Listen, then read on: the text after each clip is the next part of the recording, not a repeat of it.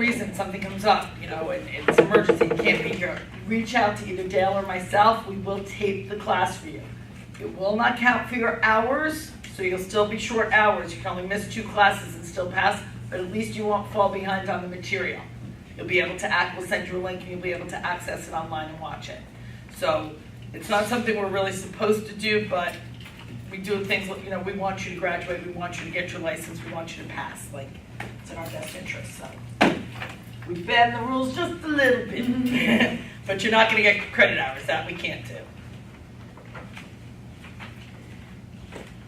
Perfect. Rain, you still working on yours? There you go, yours.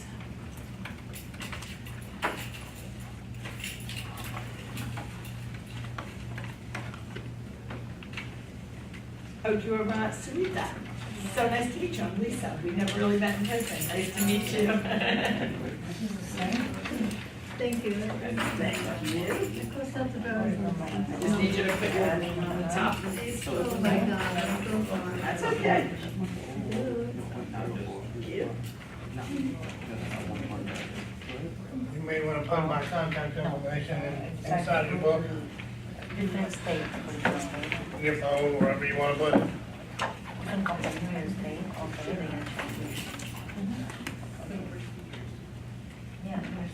You guys and I are going to get real close on the next time. The instructor's name is Dale Doyle.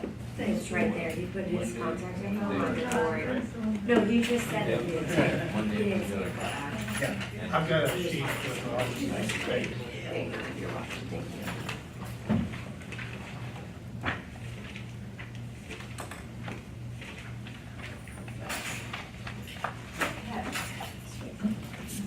You all set, Rain? Yeah. You need the blue one too? I need the blue one filled out also, please. Dale, you move over to show you get your number. And you can't see through me? Let me get your digits. No. Like I You said, make next week that section will be up and running, you know, open, and Okay. there's probably a better seat over there. You can see better with the 2 TVs. It's cozy like this, though, too. Okay. Everybody's happy. Space between. But this pole, I feel like, is in the way, yeah? Just Whenever I me. sit in that corner, I feel like I can't see. It's just, yeah, I'm good. I can, it's not, yeah, I'm You can sit good. over here. I can always move too, but I'm Yeah. good. This might be better if you want. Thank you, yeah. I can go front. If you can't use the whole high. I know. Wait, now counting 20, but showing me 19. 1, 2, 3, 4, 5, 6, 8. You did walk in late. Yeah, he came in later 20. But I thought it was only at 18 before. I can't count. Math is not one of my strong points. That thing that Ben does in orientation with the 20% with the raise, I have sat through 500 orientations. I still don't understand it. I'm embarrassed to keep telling him I don't get it. Different gifts. That's why when you all don't get it, I'm like, see? We're just afraid to answer. Oh yeah, did you bring money? Yeah. Perfect. Oh, you're Jordan. Nice to meet you. I'll give you 2 of these. I'll take one of that. Yeah.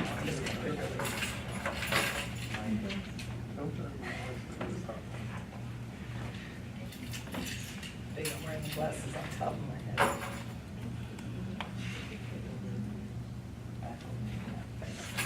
Exact.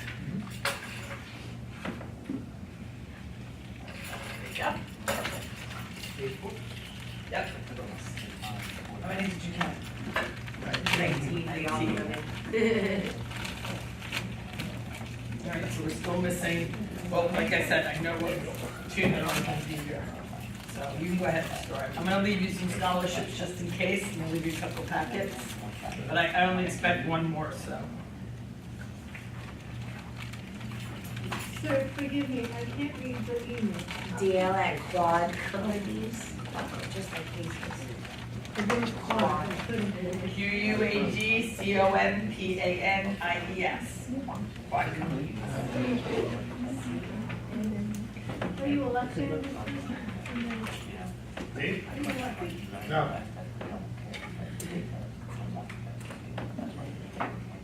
Depends on what I'm doing. All right, guys, just so you know, so is there anybody that did not give me their receipt to the state of Florida?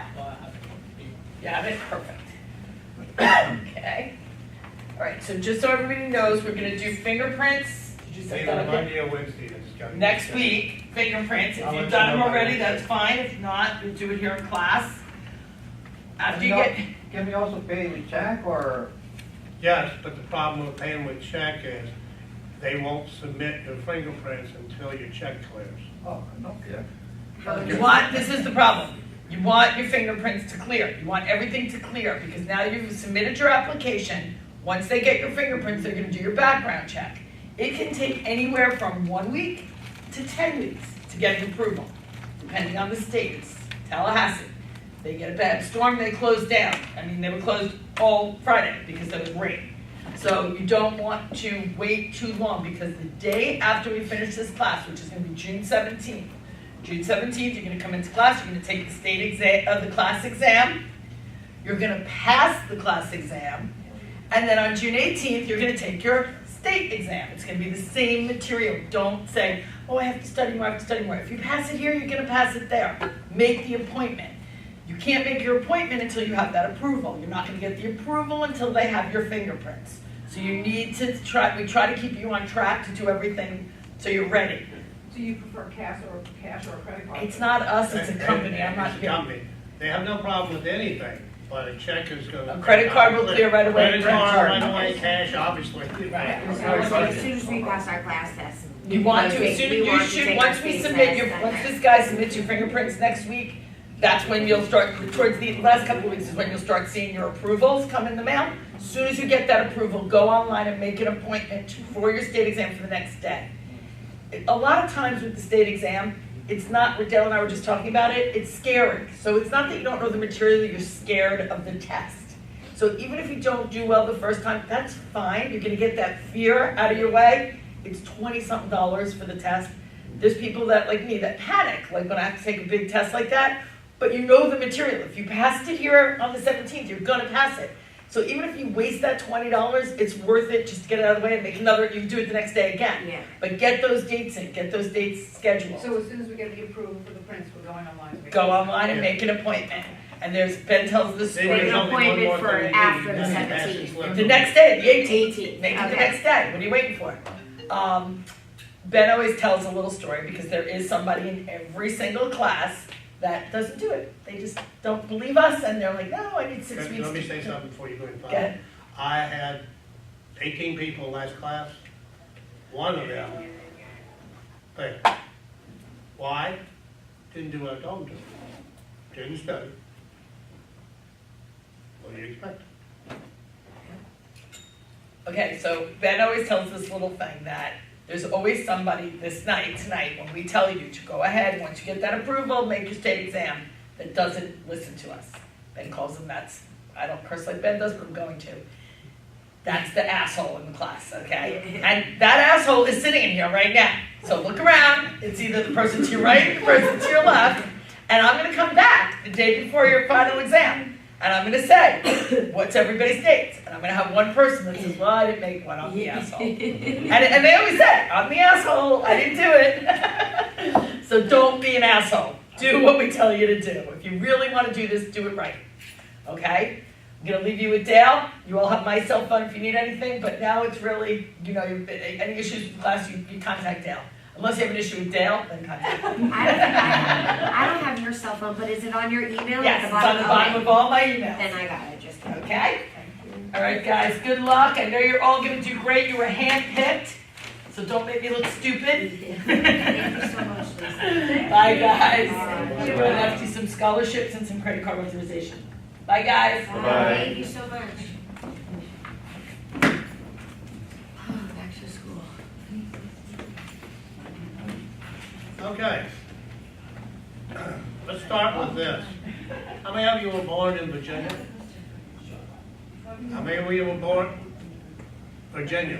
It's a state, don't hold that. I have a reason for that. How many of you were born in Florida? How many of you were born in the United States? How many of you were born outside of the? Okay. So basically, this room covers the whole world. Except for Virginia. Your first assignment. And if you don't do it, I'm taking 10 points off your test. And I'm dead serious. Repeat that again, it was hard to hear. I said, I'm gonna give you your first assignment. If you don't do it, I'm not gonna take points off. You already have points off. Here's the reason you're gonna make that list. And you're gonna contact every one of them, I don't give a shit where they are, because everybody moves to Florida from somewhere. Because the first thing you should be doing in this business, I don't know if any of you have ever heard the name Mike Ferry. He is the #1 real estate trainer in the country. Also trains in Italy. He's the sole real estate trainer in the country of Italy. We went to his seminar, it was a management seminar last week. And I went up to him on a break, explained what I do, and I said, Mike, if I brought you into my classroom, this is someone that has his own plane, he has a Bentley and Maserati, so he makes some damn good money. I said, what would be the one thing that you would tell a prospective agent that's extremely important? And his answer was, talk to strangers.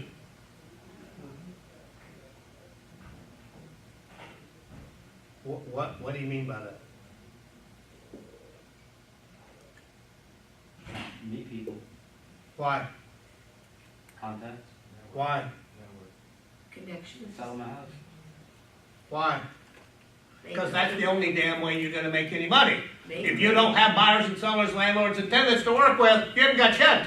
You might as well go home now. We'll charge you the $500 for the course and you can go on with your life. So I want you to make a list of everybody you know on the face of the earth. I don't care how you do it. And I want you to contact each one of them and specifically tell them that you're getting your license. Not you're taking the course, you're getting your license. Because you're not screwing up my passing average. See, I have a vested interest in you. In more ways than one. How am I going to be able to pass this test? How many of you like taking tests? Anybody raises their hand is lying, but that's okay. Then how are you going to pass this test? Anybody got an answer to that question? Study. That's one. That's not the most important one. You're gonna help. You're going to do exactly what I tell you to, whether you like it or not. Whether you agree with it or not, if you give a shit. And the biggest place you'll have a problem with that is the law. This is regulatory law we're talking about, which means it's not logical. It wasn't created out of a think tank. When the Real Estate Commission was created in 1925, it was to protect the public from real estate agents. Understand that the department and the division and FREC are not there for you. They're there to make sure that as you do business, you do it in a way that is ethical and legal. Or they're going to take your license away from you. How many of you bought and sold or rented property in your life? Sorry. Okay.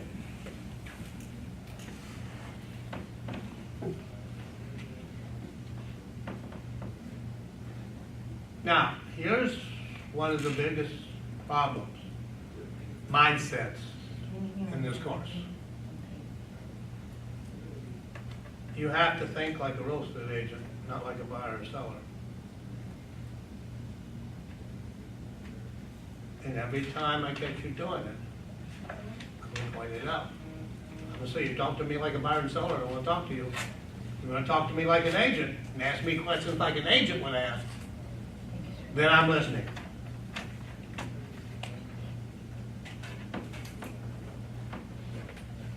Everybody but two people came through this door, right?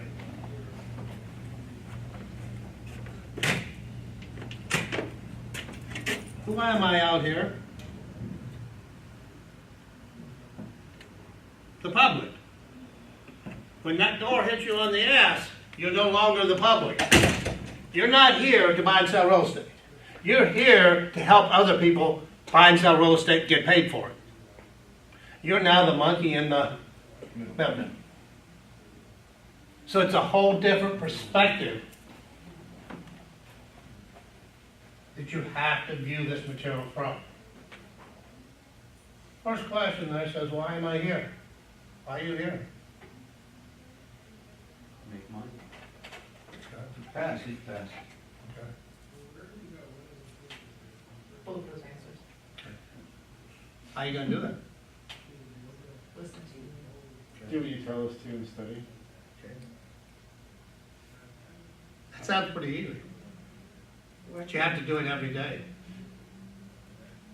Because if you don't do it every day, you get behind. Once you get behind, you don't catch up. I'm giving you all kinds of aids and stuff to help you with this. The most important thing to understand is you don't learn anything at home. You study what you learned here. Studying you do at home is not what allows your brain to analyze a question and understand it. How important is it that a student participate in the class? You want to know the difference? It's the difference between getting a license and not getting one. We are going to do a lot of back and forth. I'm going to ask questions. The last class didn't get this. Maybe it was my fault because I didn't explain it up front. They were so busy asking questions, they weren't listening to mine. Understand that if you ask me a question, if it's relevant to what we're talking about, I will absolutely answer it. If not, I may still answer it, but move on very quickly. Because if I don't give you some sort of answer, it's going to linger on your brain. And so you stop paying attention to what's going on. So I don't have a problem with questions, even stupid ones. The only stupid question, and I'm sure you heard this before, is one you didn't ask.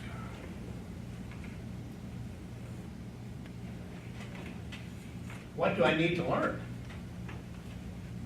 Two things. You have to learn the law so you don't get yourself and the company in trouble. That makes sense? It's the first 7 chapters.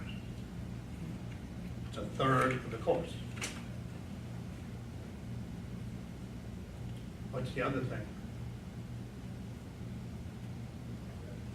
Turn to the table of contents in your blue book. 2 or 3 things. Actually, cover in one sheet folder.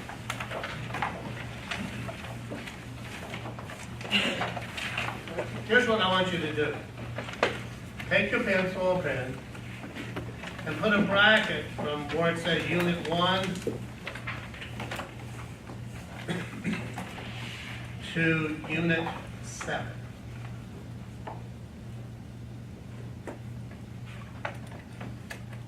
That's the law section.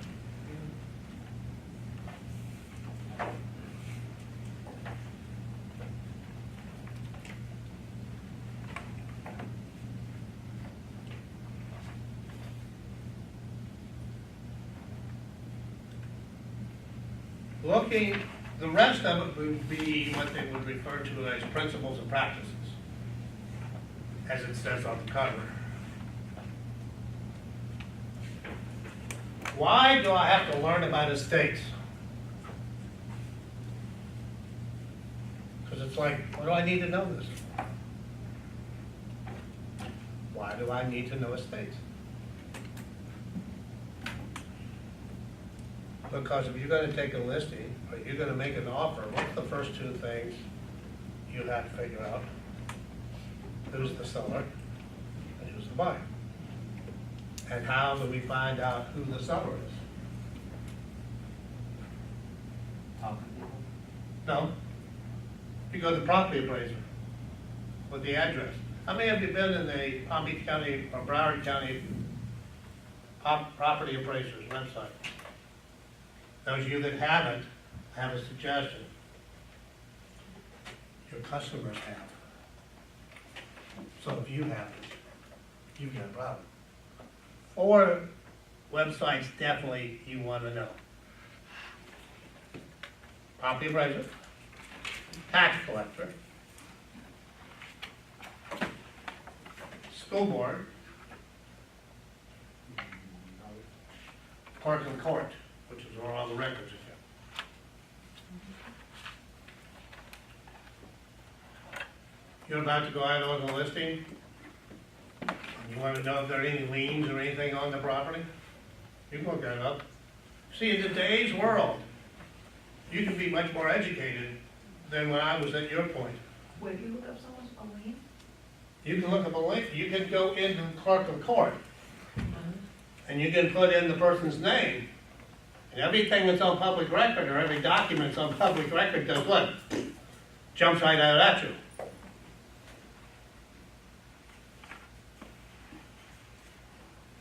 I have to know how to research quickly. Because there's too much shit you have to know to keep it all straight. I want you to know that I'm a genius, and I don't know shit. But I know who does. I have what I call my resources. We have the title company. So if I have an issue with estate title, I've got a resource to go to. Even if they're not doing the title work in a transaction. And even if they're holding the escrow. One of the advantages of being with a company like this that has affiliated businesses. How important would it be to have your buyer pre-qualified or pre-approved before you took them out in your car? It helps. It helps? You gotta be on drugs. I'm not putting shit in my car. If you can't prove to me you can buy this house, I'd show it to you. This is not a tour. People, this is business. You need to learn to treat it like business. And the worst person in the world you can possibly do business with is a relative. Unless you're smart enough to sit their butt down and explain to them how this is going to work. If you don't take control, they're going to drive you out of your mind. Even better if somebody's referred to you. What I just did was talk about all the people you know.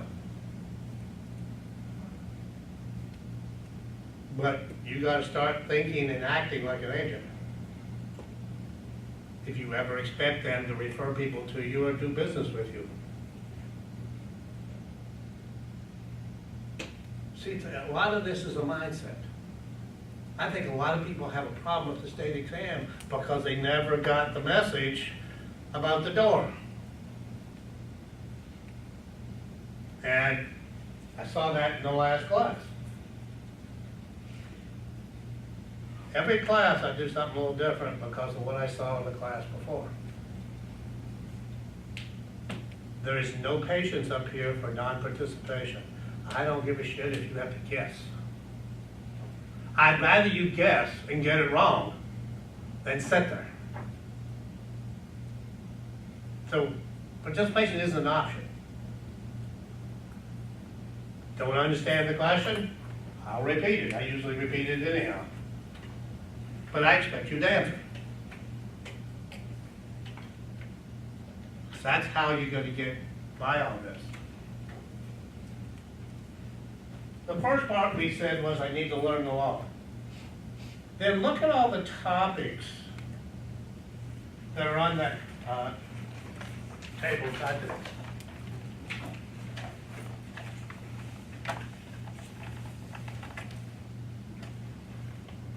They represent a lot of the professionals that will be a part of my transaction.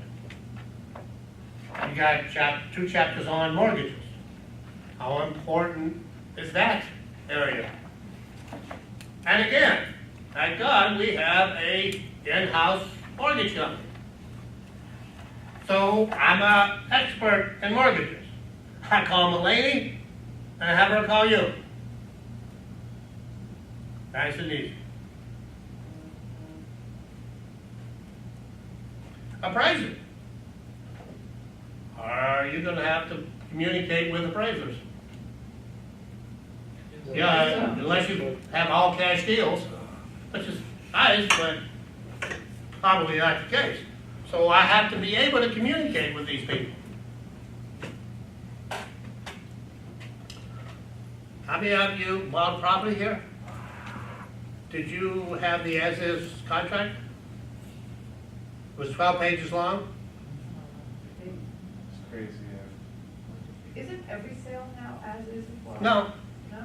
no. That's what we do. Now, sometimes they'll modify it out of it, but no, that's in this area norm. In some places, other parts of the state, it's a little different. So you all know how to explain a contract. How many of you hopefully are going to be able to do this full time? And I expect you to ask me in that chair for training. You don't come to training, don't ask us to help you.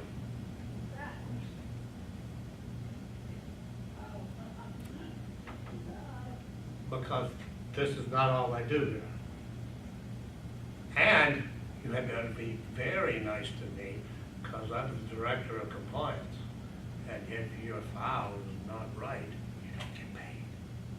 I have 11 people and I'm getting paid this week. And I sent them an email to that effect. And they didn't respond. I don't get it. Somebody tells me that I need to do this to get my money, it's done. Before the receiver hits the phone. I got 11 people, probably $40,000 or $50,000 in commissions. They're already getting paid. What's the holdup with them getting paid?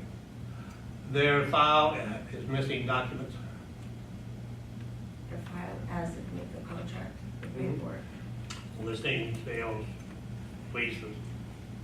Now, I review every contract file.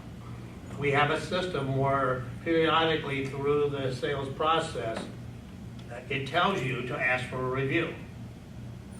For example, if you had a listing, when you first take the listing, you check off several items. What they are at this moment is not important. And then it stops you. The system stops you and says, request a review. When they click on request a review, it comes to me. I look at it, make sure everything's okay, and I got two buttons, fail and pass. If it's failed, I tell you what it is you didn't do.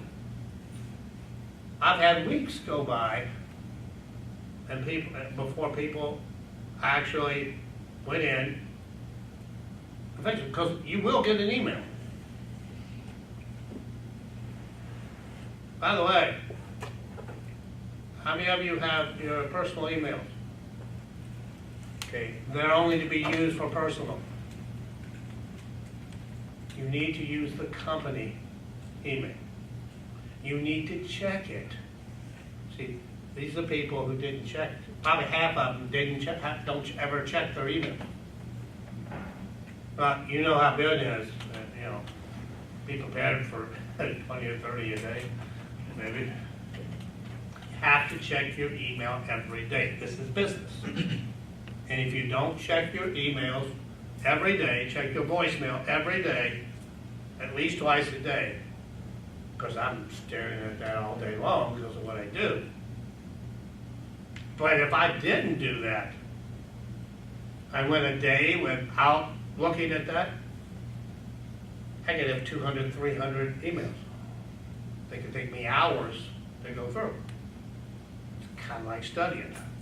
If I study a little bit every day, even if it's 15 minutes, even if it's taking one of the quizzes in the book, every little thing you do helps reinforce what we do here. Everything you don't do destroys what we created in here. So it's important how to do this, because I don't think some of you have been in school for a long time. And school's a little different. I probably would have flunked out of school, given the things I see my grandkids doing. Right.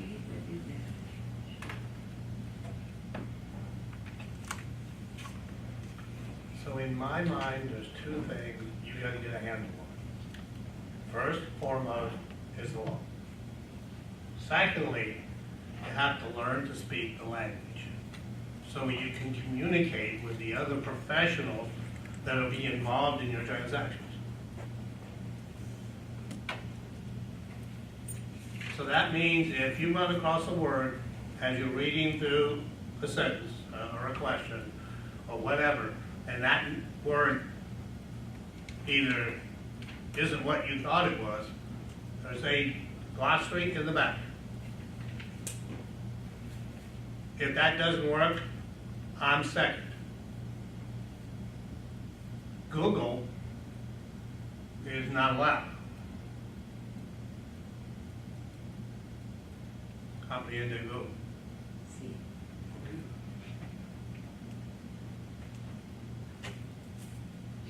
Because I'm not competing with Google. But I understand that it's not always right.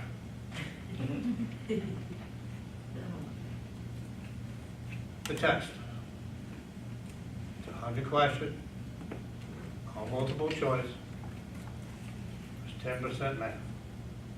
So for those of you that love math, sorry. For those of you that hate math, that means that I don't have to get many of the math problems right and still easily pass. I don't want to hear about you're no good in math. I know that. Thank you. Tell me something I don't know. What kind of math? Multiplication for percentages? Yeah, basically, if you can do the 4 basic functions of arithmetic, you can handle these questions. Do they let you use a calculator over your Yes. phone? Okay. Not your phone. Well, But a the calculator, yes. Okay, so it's separate. Yeah, you have to understand your phone is not a phone. Your calculator goes your best friend. No, calculator is your worst enemy. When it comes to learning to do math, calculators are your worst enemy. Because instead of setting up the problem and following a logical path through it, which is called formula, you just start pushing buttons. And hopefully you come up with one of the answers. And by the way, if you're guessing C is not necessarily as good as any other letter. I know I have a test where there are 6 B's in a row. So those type of things, we'll talk a lot about those things as we go along. Class test, you have to get a 70. State exam, you have to get a 75.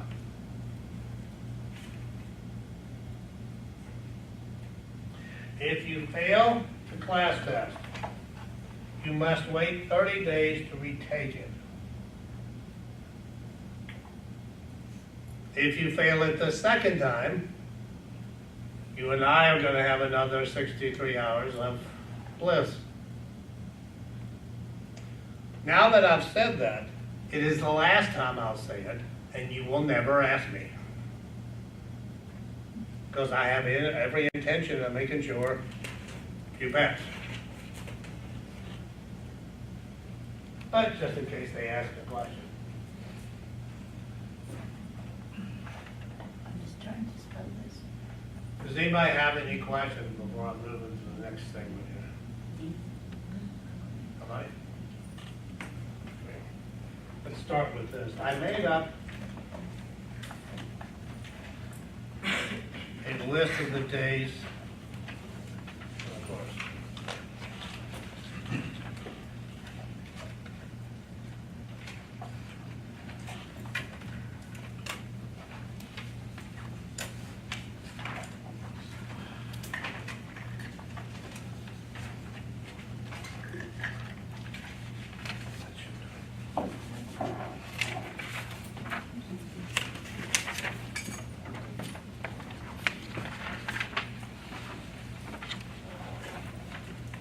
I think that may be the one.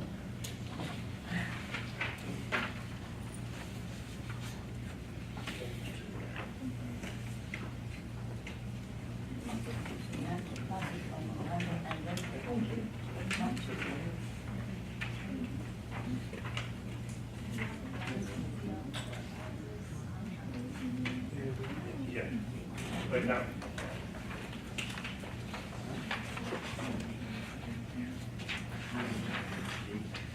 27th is Memorial Day. Notice it says no class. The last two sessions, which are the 12th and the 17th of June, review and test. Yay, we're together on my birthday.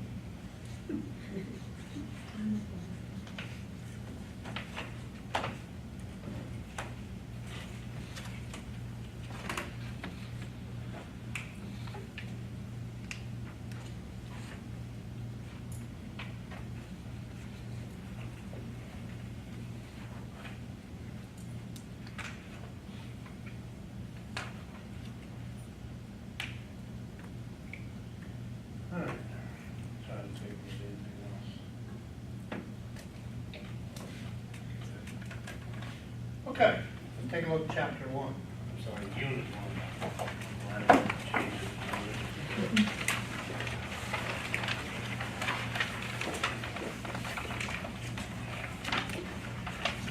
Chapter 1 is a very broad stroke.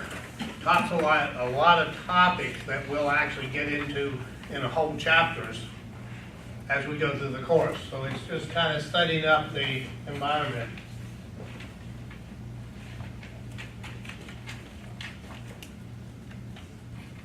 On page 2,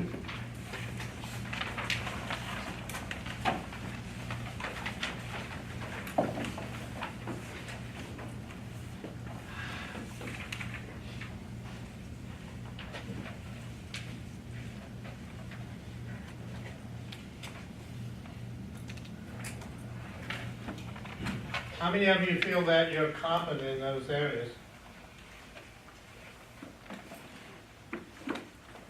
I expected that.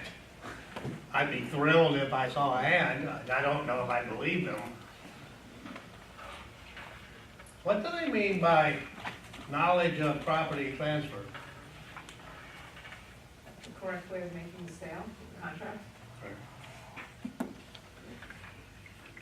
That's not where the transfer occurs. Title company comes into play in here, attorneys come into play in here. That means I have to be able to speak the language.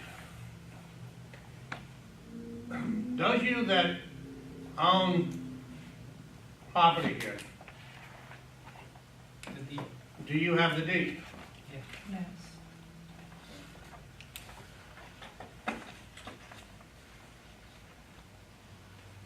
The parties in the deed are the grantor and the grantee. Are you the grantor or the grantee? It's your deed, you're the owner. As the owner, are you the grantor or are you the grantee?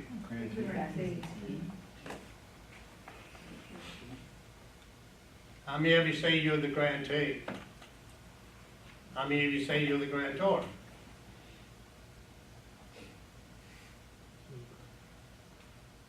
I'll leave that up to you. You say, but now I don't own property, I can't answer your question. Yeah, you can. Go pick up the address, go to the property appraiser.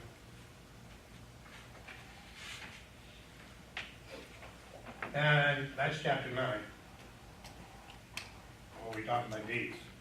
Chapter 8 when we talk about estates. Knowledge of market conditions.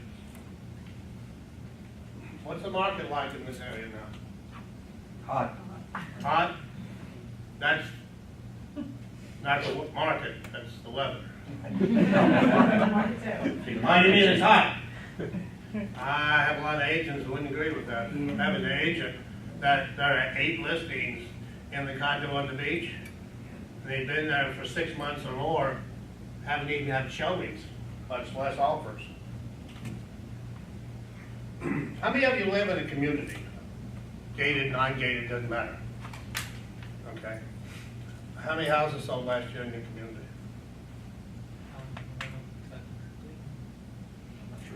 No, I'd say around roughly In my building, quite a few. My neighborhood sells a lot. bullshit answers.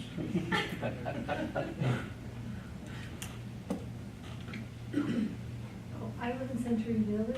How many units sold in your, and that's just your little corner of the world there? I'm there 2 months, so I learned there were 5,000 units in the Boca, and that there may have been 169 sales. Does that sound about right? I don't know. Well, that's what I was told. It's also a lot of elderly, so they pass away. See, I don't know. And then somebody told me 160. I probably run the MLS and pull up the solds for the last year before I believe that answer. See, but you have the tools. There's not a question, besides the support you get here, there's not a question you can't answer. Because if I give you the answer, do you care where I got the answer from? No, as long as it's what? Correct. And you know what? You can't know everything. I've been doing this. You see the book is 42nd edition, and I've been teaching 42 years. You understand what that means? I've taught from every edition of that book, which makes me old as shit. And it changes 20% every year.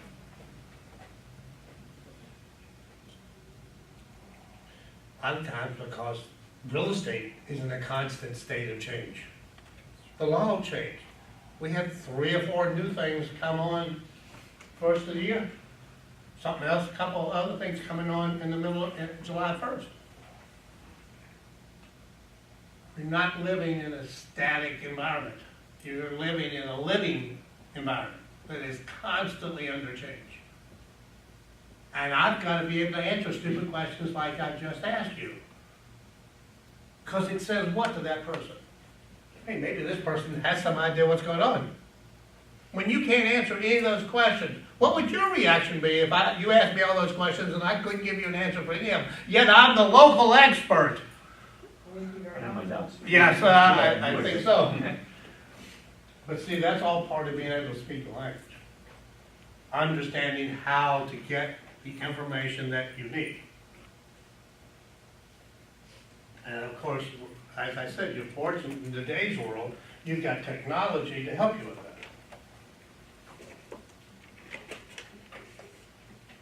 But that's all part of understanding and learning the process.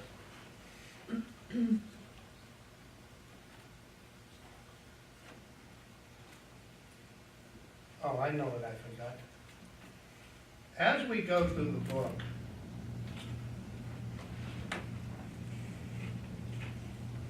I will tell you to bracket some things, I'll tell you to highlight some things, and then every once in a while I'll tell you to put a star beside it. That star indicates that that subject matter is a question on the class test. So all I'm doing is handing you the class test on a silver platter.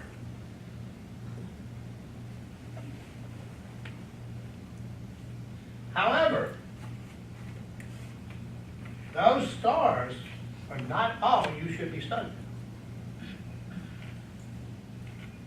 Because you'll see that in a lot of chapters, I have maybe a couple stars that I spent 5 minutes on. And I spent 2 hours on everything else. Because I don't teach the class test. That's why I basically give it to you. As much as I can as legal. I study towards this, I teach towards that state exam. What's the big difference between the two of them? The class test is more of a regurgitation. State exam is more of an analytical. They give you scenarios. For those of you that went to law school, that's what you got there. You spend all your life analyzing situations and responding back as to, is that right, is that wrong? That's probably 30 to 40% of the test. Why? Because they're turning you loose on the public. And they kind of like to know that you have some understanding of what's right and wrong. And what you think might be right isn't. Like I said, it's not logical. Why is it that way? Because mom said so.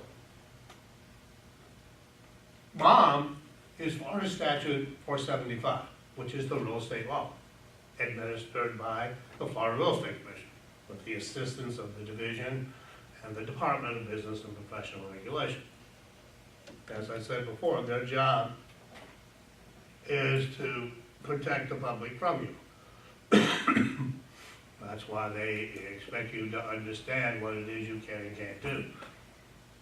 And we've gone into a different phase.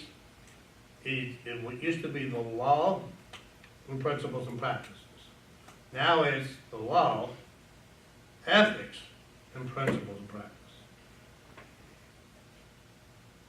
Because before, if you did something that was ethically wrong, you could get in trouble with the Realtor Association. But you couldn't get in trouble with FREC. Because 475 didn't address the issue of ethics. So that is a big change in the way they look at things. And the way we have to look at things. And by the way, there are times when the law and ethics conflict, which would probably take precedent. Law. But of course, that'll also evolve as time goes on. And a year from now, 2 years from now, 5 years from now, it may be totally reversed. That's what I mean. You're not in a business that's static. You learn every day. I learn every day because of the questions I get. And I'll probably throw some of those at you as we go through our different sessions. On page 3, it talks about real estate brokerage.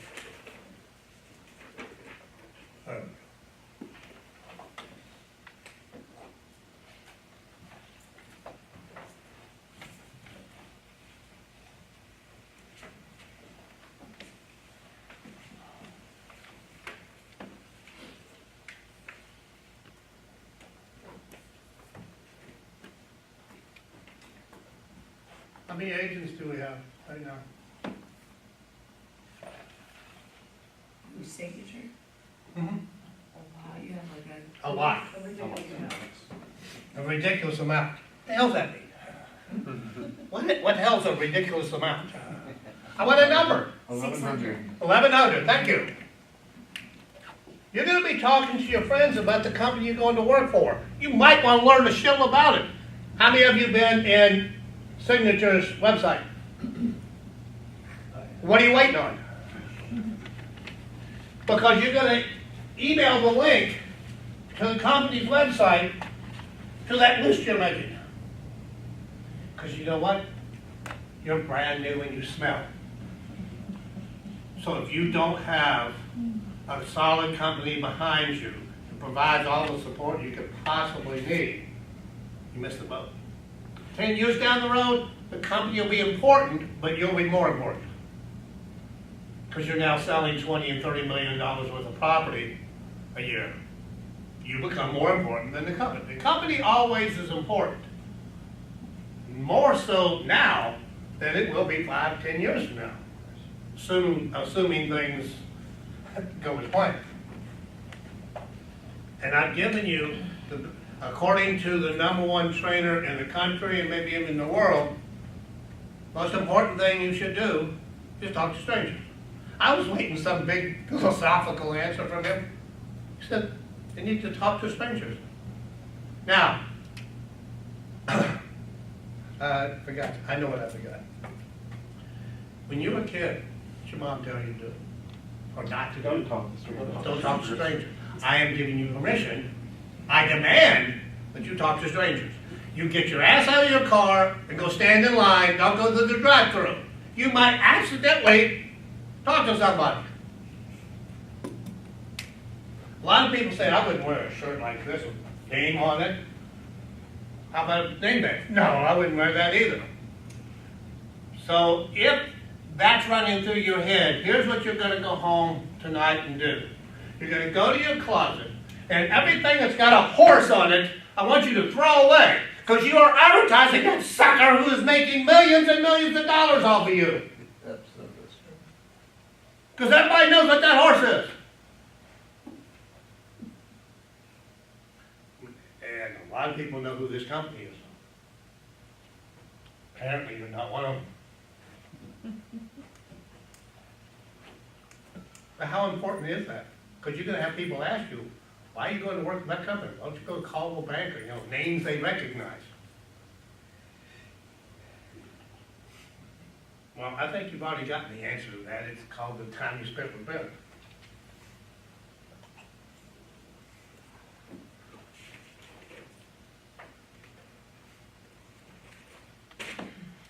If a business analyst came in this company, even into the corporate center here, they wouldn't be happy. They would say that we are top heavy. And in business, that's considered to be a no-no.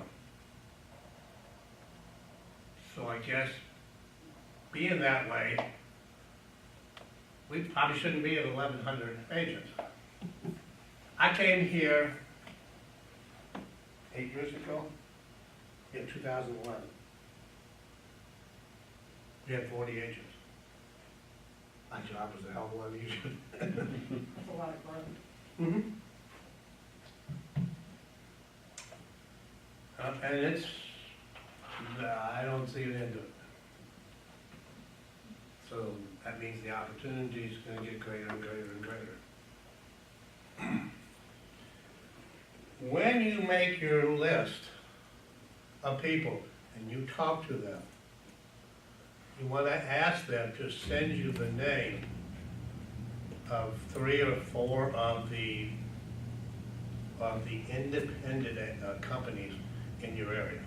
The reason I say that is, if you had a Coldwell Banker agent from Ohio refer somebody to you, they want 35% referral fee, which is ridiculous. And they're required to refer stuff between different Coldwell Bankers. I would say I see 10 to 15 of those a month. Last week I've had 3 out of the country. So if you say, well, I haven't been here long, I don't know anybody, who cares? Do you know anybody in the area where you came from that moved to Florida? How many of you came to Florida because somebody else talked about how great it was to be here? That's what you need to do. And guess how much knowledge you have to have at that point, right now? None. You just have to make sure those people know you're getting a license. Here's the company I'm going to work for. Because of the fact that if you can't make them feel comfortable with you, you're going to have a problem. They'll tell you to your face, they'll refer you. But they may not do it when they're talking behind your back. Why? I tell my friend, here's the gentleman here. He screws up. What happens? My friend's all over my butt. Why'd you refer me? He was the worst thing I've ever seen in my entire life. But I already knew my friend was a jerk, so I wasn't surprised that he felt that way.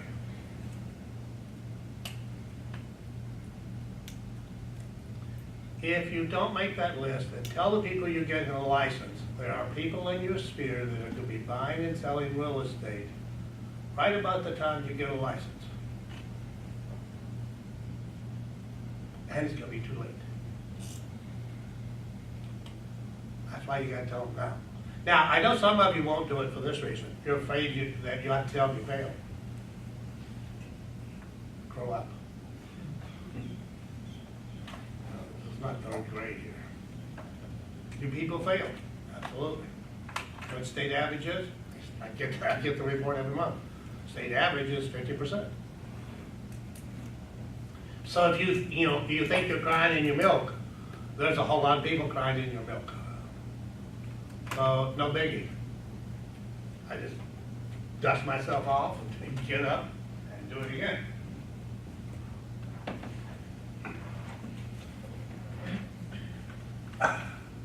What's the most important word on that string? Transactions, Nope, Bring it together. nope, buyers and sellers, nope, owners and Complete. renters, Yes. nope. Complete. completing real estate. The one word that's the most important one on the board, Broker. which is why you're here, is brokerage.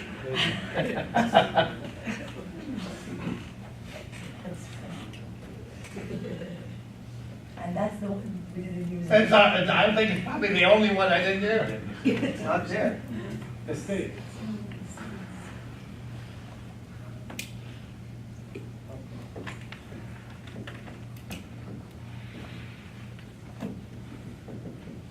Notice I have Dr. Henry.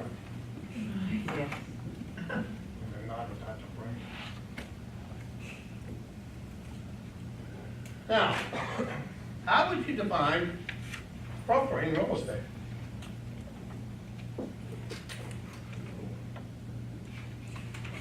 Getting people to invest in property. Let's make it generic.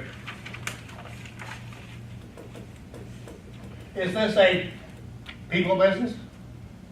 Absolutely. Yeah.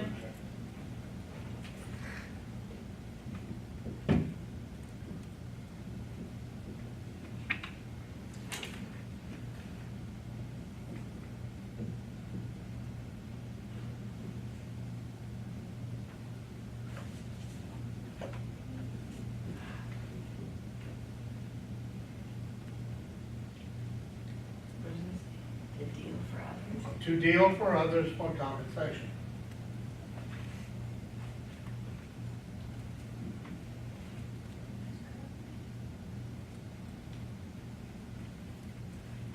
And what does buying and selling real estate mean? For others.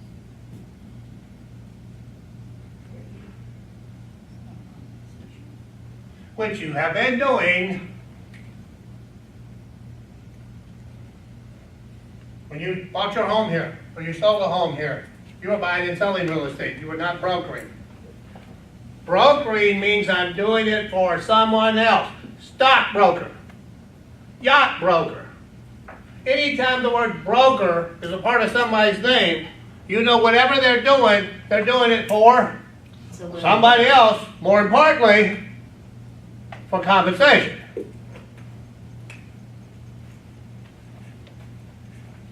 Now, why are you here? Make money. Are you here to deal for others for compensation? Or are you Yeah. here for yourself? The first For one. myself. The first one. The deal for others. Well, you mean this is the first one? Yes. First. We're realtors. To deal for others.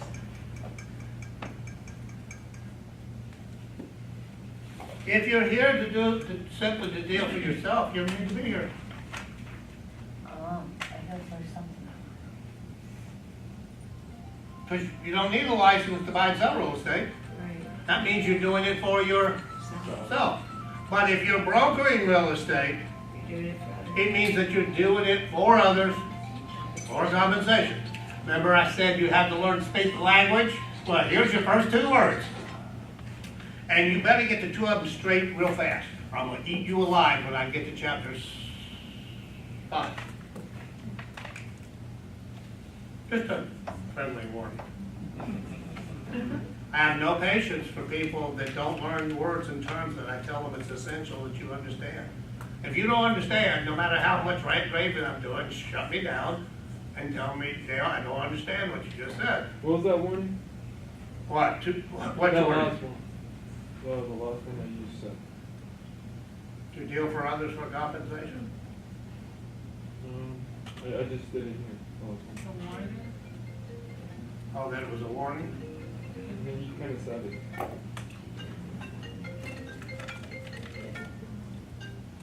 Let me ask you a question. If I said that a corporation was created to buy and sell real estate, what would that mean? Can you say again? A corporation is formed to buy and sell real estate. For buy and sell real estate? Yeah. Are they buying and selling real estate, or are they brokering? Selling for themselves. They're buying, For who? For themselves. For who? For them. For themselves. Now, where's the word "for yourself" on the board? Buy and sell real estate. That's not why you're here. If you are, get the hell out. You're wasting your time. You're here so you can help the rest of the world buy and sell their real estate and get paid for it. Then you take all that money you've made and you buy and sell real estate.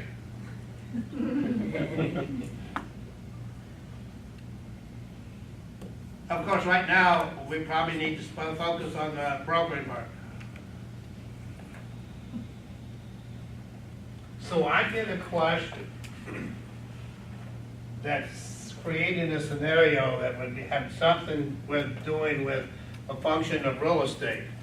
First thing I'm looking for in the question is this entity, whether it's a person or a corporation or an LLC, is that entity designed to buy and sell real estate, or is that entity designed to broker real estate?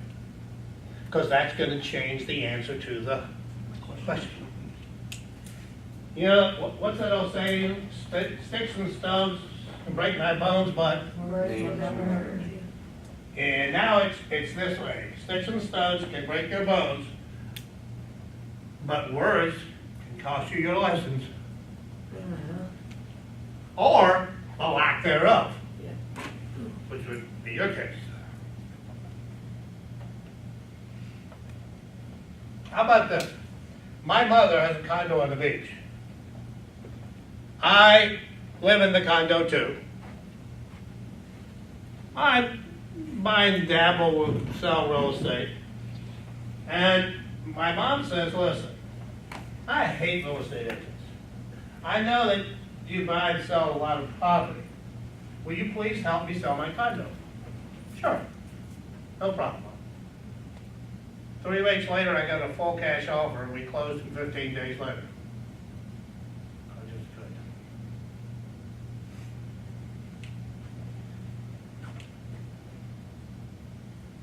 Has the law been violated?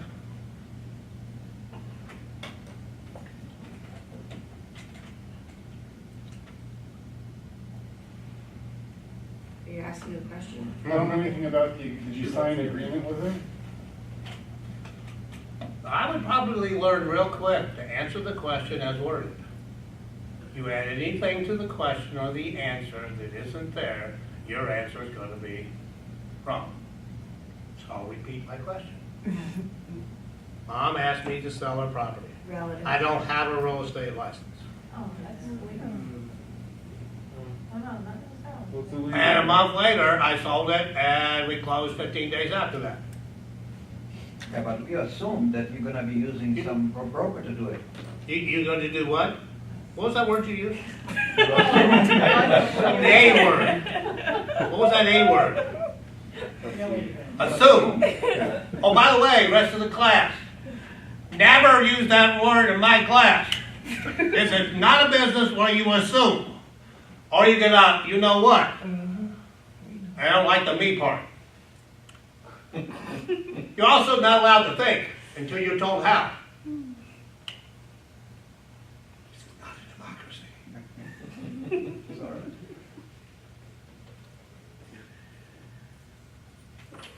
How many of you say the law has been violated? I say, I don't want to hear, I need to see hands. I don't need to see lips. How many of you say the law has not been violated? How many of you haven't answered? I don't know. You have to answer, you're going to fail the test if you leave it blank. Answer the question. I'm gonna say the law has not been broken, Why? because that's the best You're answer still that I there. can give based on what I've heard so far. Okay. He's absolutely correct. What do you say? I missed it. He said, based upon the information I've heard, he sees no violation of the law. He's absolutely correct. Because I didn't say anything about him receiving compensation. And it doesn't say to deal for others. It says to deal for others for compensation. By the way, be prepared to justify your answer when you answer a question.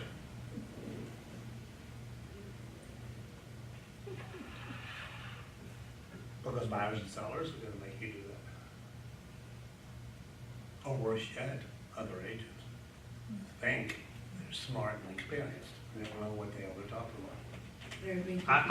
about. We had a new agent, relatively new agent, send an email to Ben, basically saying that she was frustrated to death with the incompetence of the agents out there. Somebody's brand new. Didn't take her long to figure out what. She's in the right place.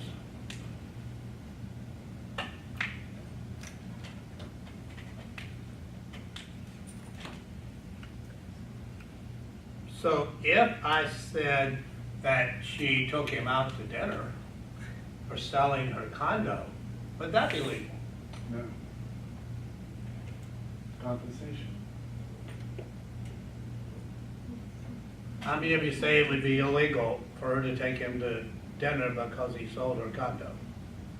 Illegal? Illegal. How many of you say it's legal? Which way you going? Legal or illegal? I don't know. I don't know, it's not a choice. I'm here to learn. So, it's how you learn. Answer my question. I think not, She's not in violation. not violation. How many of you are not sure? Raise your hand. How many of you are not sure what the answer is? I gave you a little hint. If you're on the state exam and they set a scenario up and basically asking you, was the law violated or was it not? And you don't know, mark it's violated. Because FREC's there to protect the public. So if there's any chance that you might be doing something wrong, you probably shouldn't be. Even though money didn't transfer like hand. Who said it had to be money? It said compensation, It's it implied. said commission. It's implied compensation. You will see later in chapter 2, compensation is about a paragraph long. So it's legal or not legal? Not legal. Not legal. Even if it's. Not even a candy bar. Because it says to deal for others for compensation. That compensation could be just about anything. So it's legal to sell for no compensation? Yes, If it's legal to sell How are you for gonna sell if you don't have themselves, the but not license, you said?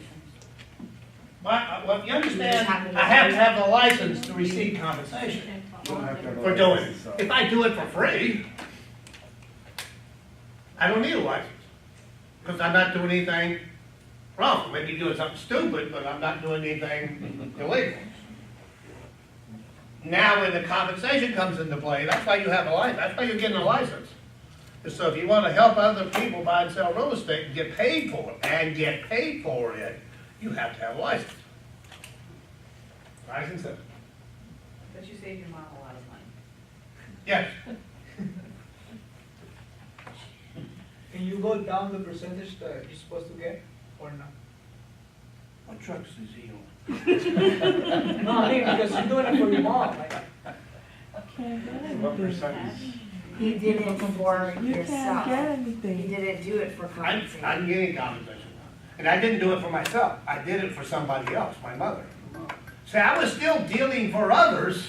Just no I compensation. just wasn't getting compensated. Because that wasn't my property I sold, it was my mother's property. So I was dealing in real estate, but I did not receive compensation. So I didn't do anything wrong. Again, because when I look at the definition, it doesn't say to deal for others. It says to deal for others for compensation. That's why I put that on the bottom. Take that away, and it's not illegal. Okay, we can do that all day long. This should be shocking. Which one of those do you think you'll wind up in? Why? Maybe commercials. I have a feeling it's probably because you would know a lot more about residential than you would an industrial subdivision. I think the level of expertise goes up a little bit in these other areas.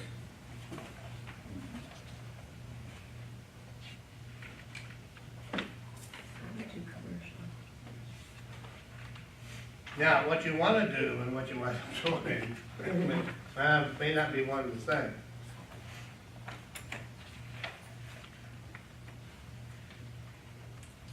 Let's do this. On page 3, I'd like to put a bracket around the whole page.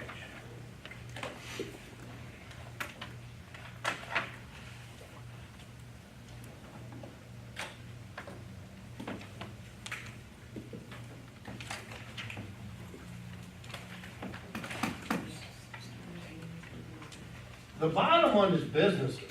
Now, talking about unique knowledge. As a business broker, what kind of license do I have? Repeat that?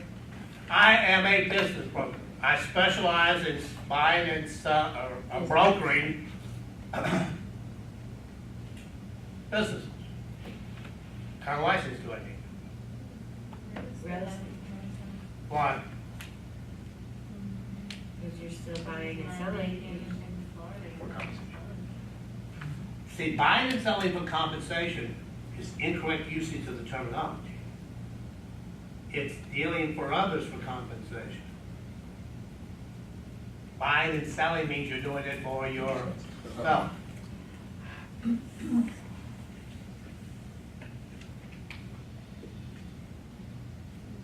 Kind of license does a business broker have? Is there a specific licensing for business brokerage? Yeah, So do you need a it's called a real estate brokerage license. Oh, do you? Why? Because Mom said so. If you went into 475.01, it's a whole list of definitions. I find it interesting to check it out. Maybe we'll do that before class starts. In the definition of real estate or real property, it includes business opportunities and business enterprises. Now, when I first moved here, first got into business brokers weren't regulated. You had to have an occupational license, what they now call a business tax. Right? But they didn't have to have a license. Well, needless to say, given the fact that half of what they're doing was something a real estate agent would have to have a license to do, the state decided, yes, these people need to be regulated. This was the late 70s. So they had an option.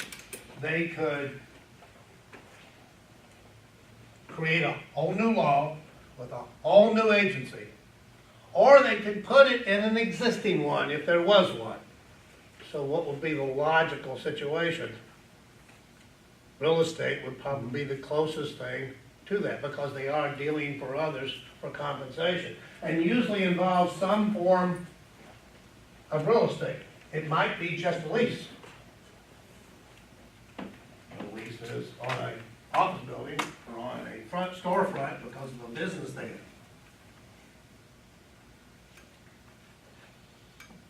So this area of real estate was one of the last ones to be pulled in. None of them are bigger. On page 4.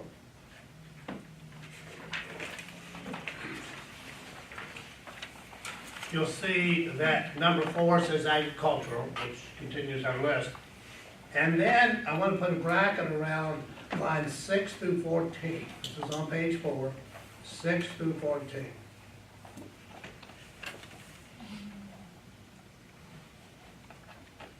And then if you'll go to line 10, in the middle of the line it says there is a presumption in Florida law that businesses will have some sort of real property involved, either land with physical improvements or long-term leases.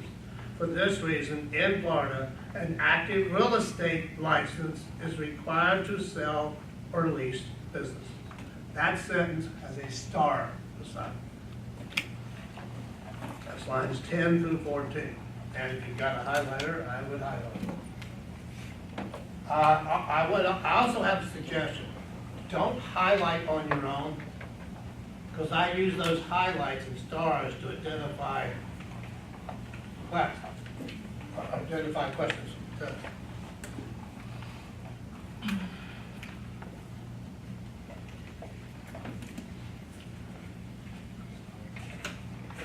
And on that basis, well, you know what they did is they went into the definition of real estate in 475, which is the state law for real estate, and they added those two items. And instantly, a business broker is now a real estate licensee. So a business broker is a real estate agent. Yes. Okay. There's no such thing as a business broker. Okay. It's like saying I'm a commercial broker. All it means is I have broker's license and I work in the commercial area. Yeah. Most of us are going to be residential brokers or residential agents. All that means is our specialty is residential. There's not a different license for each category. Obviously, a different level of expertise and knowledge, but that should be what I'm saying.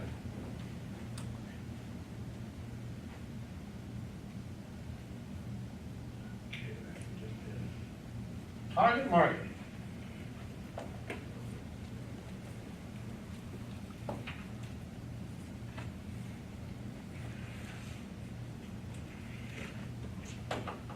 What's target marketing?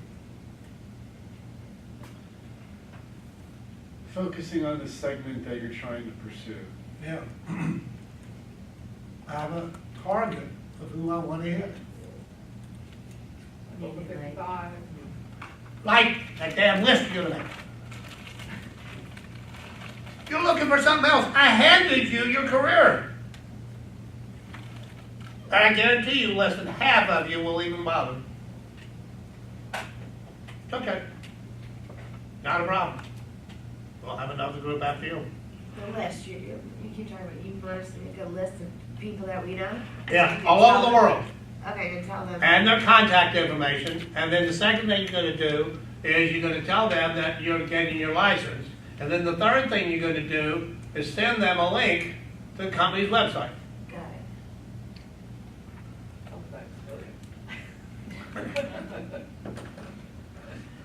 So the man that's supposed to be number one in training in real estate said that's what you need to do. Don't believe me, believe him, he's only doing it for 44 years. And he lives in Las Vegas. And he's got money coming out of zero. And the people that work with him and coach with him and pay $1,000 a month to work with him as a coach, 20, 30, 40, 50 million. What was your name again? I'm sorry. Mike Ferry, F-E-R-R-Y. If you, there's also his son, so you will make sure you're in Mike's website. I'm going to Google, just tell me. That's good, and if you're Googling something like that, I have no problem with it. Because you know, once you get that license, you probably want to do what? Try to make some money. I gave you the best way you could do it, especially right off the bat. Oh, by the way, can't give me shit about I don't have any money. You can't even give me some shit that says I have a full-time job. You ever heard of referrals? How would you like to make 25% off of every deal, one side or the other, with a phone call? I used to teach for another school, and this was 15 years ago, 20 years ago. And I was doing the continuing ed, which was, you know, salespeople, brokers, whole thing, every category you could think of. And I got to talking to this one gentleman, that, you know, that globally personality. And he had a business at the swap shop. And he said, Dale, I made $25,000 doing referrals last year. I said, how'd you do that? I talked to everybody. I asked them if they're thinking about buying or selling, or do they know somebody it is, because I have a great agent I can refer you to. So you can't give me any excuses about I have a full-time job, I can't do this. Yes, you can't do it by yourself. That's absolutely correct. You don't have to. But you have to be a realtor to do that, to get that compensation. Yes, that's what we're working on. Absolutely, otherwise it's illegal. Yeah, of course. So I can be an agent and tell somebody, hey, this agent can help you out. And I get commission off of it because I referred it as an agent. Referral. I don't know about you, as an agent, somebody wants to give me a good solid lead, and I get them pre-qualified, pre-approved, I'll pay you 25% all day long. That's a referral. Because every time I pay you 25%, I get to put money in my pocket. And I didn't have to run them down. They were handed to me on a silver platter.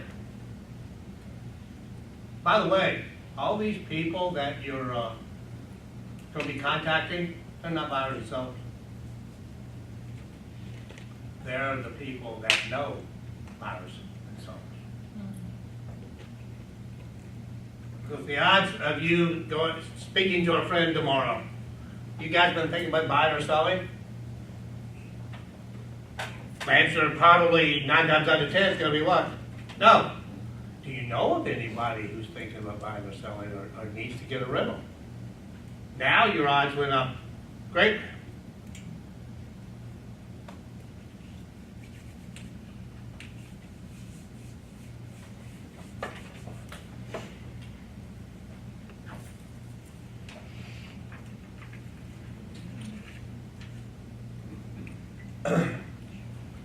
On line 28, still on page 4, there's a term a little over halfway past the page called farm area. 28? That's good. Yeah, line 28, right in the middle. Become an expert in the market.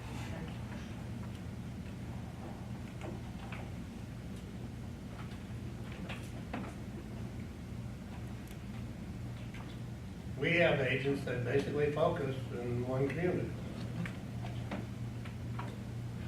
And nothing moves or stops they're not aware of. Kind of limits you though. They make 150,000 a year. I just mean Most of the time they're prospecting. I just mean your success is sort of tied to the success of the area. That's the way you do it. And you go way up or you do nothing. And then, of course, these older people have kids, grandkids, friends of their grandkids, and every once in a while they pull a real deal, 2, 3, 4, 500,000. Why? Because they work their spirits. So I got to realize I have to look past the people I know. Who do they know? He never talks to anybody, never goes out, has no friends, doesn't play golf. I check him off the list. Why? It's useless. No potential. No potential there. Now, somebody that's involved in 8 million different organizations and stuff, guess what? Those people. I had a gal in class. She had 2 friends that were garage sale junkies. And you know, a lot of times when somebody's having a garage sale, because they're looking to sell the property or maybe rent the property. They said to me, because she had one of the shirts on for female version. And they said, you know, give us a shirt, we'll wear it. So she had a walk-in billboard. And of course, she also had what? Business cards. You also, as you get to the point of where you're gonna really crank this up, you need to analyze your sphere of influence. Which ones can I offer 20 or 10 or 20 cards to? That'll hand them out. One time I had an agent did a seminar, and afterwards she actually did what I said, and she went to these people that she knew had given her several referrals, and she said, would you mind if I gave you 10 business cards? She said, why didn't you do that 5 years ago? Was their response. So that means she missed 5 years of money because that person in front of her was a commission. No, that person in front of me is my window to the world. Because I can't be every place I need to be to run across a customer. So I've got to use my army. But you kind of got to herd your army and get them on the same page. Did you want to put Article 28? No, just, it's nothing more than just circle the term. Okay. Where is it? 28, farm area. Yeah.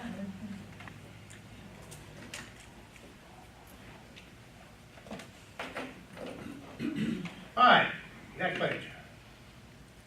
Property management. Is this person dealing for others? Are they dealing for us now? The property manager is managing their own property or somebody else's? Somebody else. Okay. But they're not real estate agents. They don't have real estate license. Well, they might have real estate license. But to be a property manager, I don't need a real estate license. Unless, of course, I'm getting paid commissions on the rentals. Then I got that license. That's why you find a lot of business, property managers have the real estate license, even though they don't necessarily need it.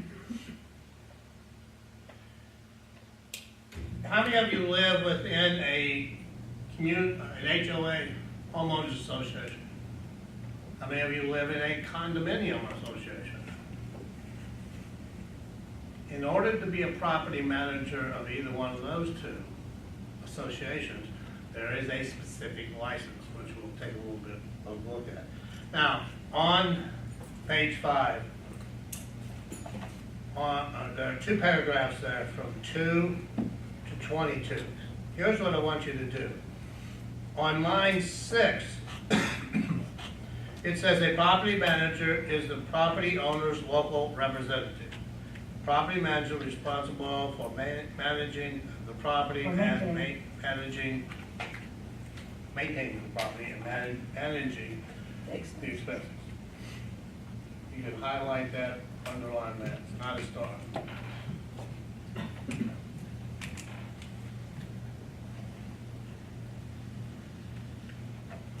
Now, they're contrasting the property manager to what they call rental agents. What do rental agents do? Do they manage the property? No. What do they do? Fine. They rent the units. That's why they're called rental agents. And the ones that manage the property are called property managers. Then you'll see at the bottom page on line 10 was the rental agent. Until 12. Don't Yeah. you have to be a real estate license to have a real estate license to do rental?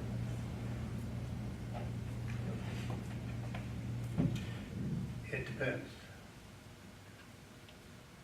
If I'm working on a salary basis with an apartment complex, don't have to. And then, one of the main reasons that you have property managers is what they call absentee owners. Does that mean the owner isn't anywhere near the property? Or does it mean they don't want the hassle of managing it? They don't want to have hassle of management, that's why we pay somebody to do it. Besides the fact, a lot of the people that are able to invest in real estate did that because of the business they're already in that they made money with. And they were able to take that money and invest in real estate.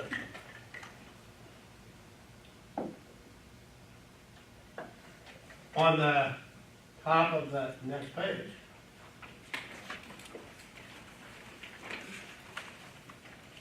Let's put a bracket around lines 1 through 7.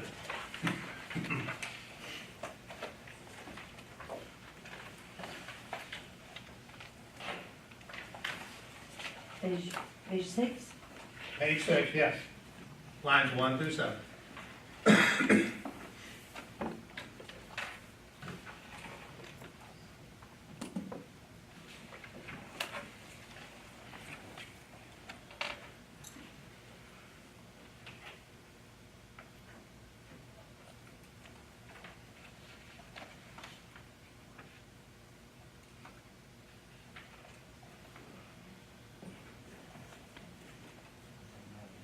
CAM license, it says, is not required to manage apartment buildings, commercial properties, or single-family dwellings. It says community associations. There's two types. There's condominium, and there's owners, homeowners associations. Either one of those two, they're associations. So if I'm managing either one of them, the condo or the HOA, I have to have this CAM license. But notice there's an exception to that. Has to be a certain size.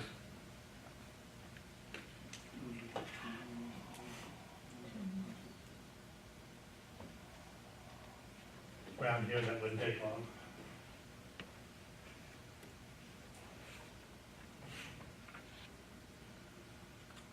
Okay.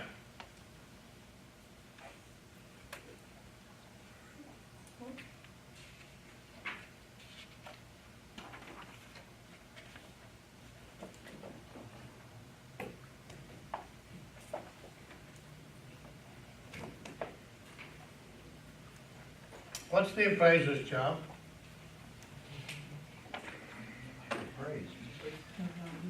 I have a feeling that your English teacher would have a stroke if you use the same word to describe the word. Place a value on a particular value. Based on what?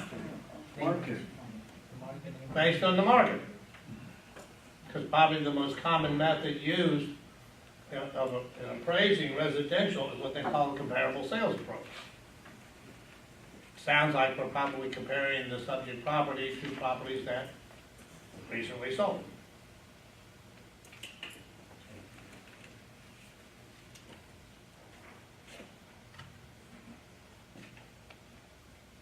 Appraising is one of the 8 services of real estate. So my question is, if that's true, can a real estate agent do an appraisal?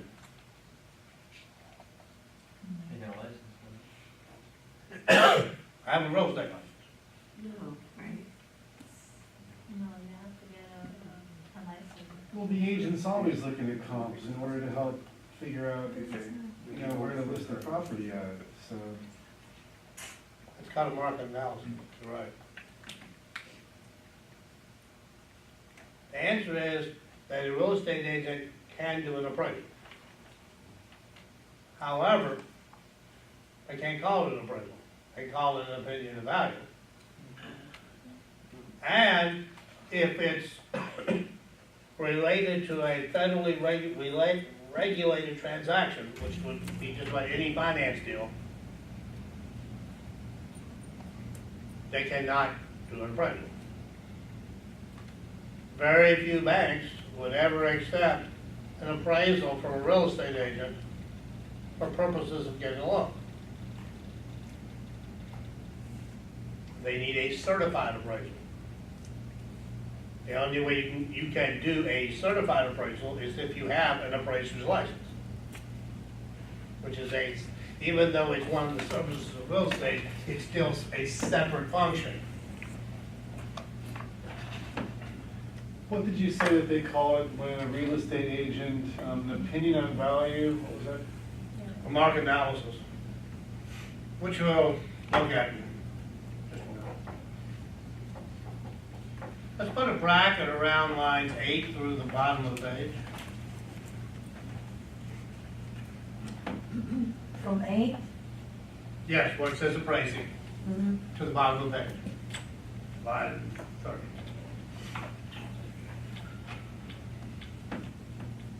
And then jump up to the top of page 7 and put a bracket around lines 1, 2, 3, and 4, and 5.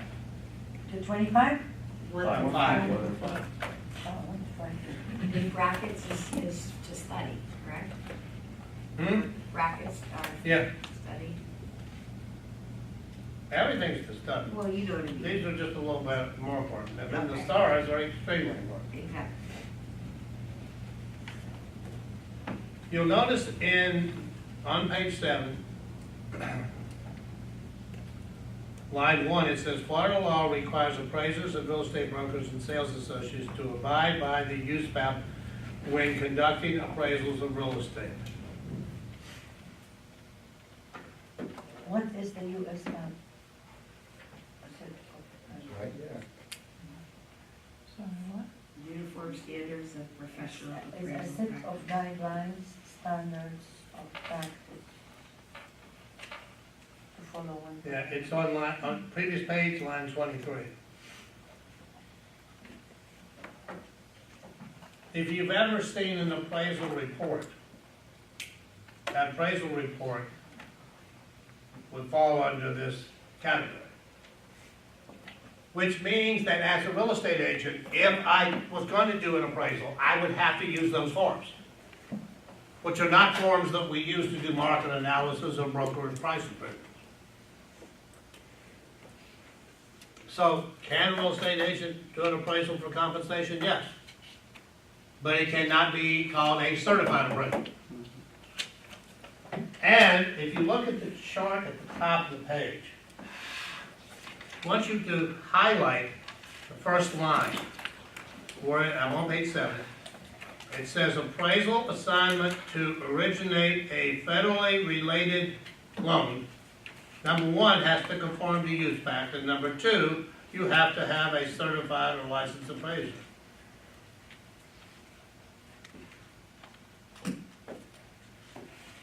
Now, the point that they're after here is the fact that a real estate agent could not do that first line.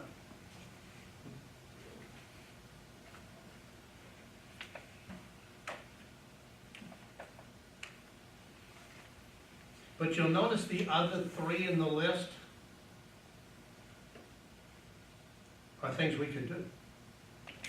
Because notice it says that no appraiser is necessary for everything else.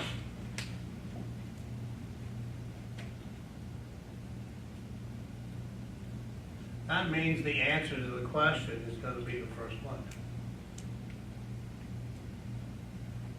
Because they're going to ask you in which situation do you have to be a certified appraiser. That's a very logical question. There's only one out of the, 5 or 4? 1, 2, 3, 4 scenarios. Now, in our world, for the most part, we're not going to be doing the first one. We're going to be doing a price opinion, broker's price opinion, or a competitive market analysis, a comparative market analysis. broker's price opinion, oh, by the way, broker's price opinion and the market analysis are at the bottom of the page there.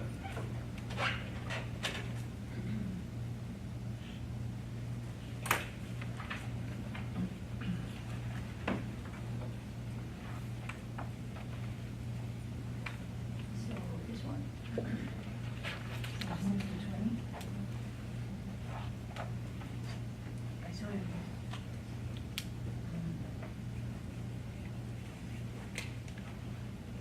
Yes, 6 through 34 is where they talk about comparative market analysis and broker price opinion. So 6 to 34, Yeah, Which was bracket. I mean all of it. bracket. Bracket? I see all of it. Now, let me back up to the top of the page 1 second. What I had you highlight was that first line as a star. Everybody remembers what the star means? You mean the appraisal assignment to, It means it's on the test. And that's what the agent can't do because you have to be a certified appraiser. Right. It involves a Right. federal loan, they don't like when you're. But what I'm looking at is, if they're talking about appraising, and there's an answer that's federally related loan, not something a real estate agent can do. So you see the word federal, it's gonna wind up being, And when you get this question, you're gonna mark the answer that says appraisal assignment is to originate. Or mark something else and get it wrong. But Dale, it wasn't worded the same way as it was in class. I don't give a shit how it's worded. I tell you, this is the answer. Now, market analysis. What the hell's that mean? So if you went on Realtor.com and compared all comparing the sale, values. I'd probably go to, the MLS. I mean, sold, recently sold. Yeah, I'd go to the MLS. Okay. No, I wouldn't do that. Well, I can't do that, but I know, I understand. If you could do it, it means somebody gave you their login, which would make them big trouble. Is that illegal? Yeah. Okay. You know, the super keys that they use to unlock doors, you give that to somebody else to use, another agent, it's $5,000 fine. Okay.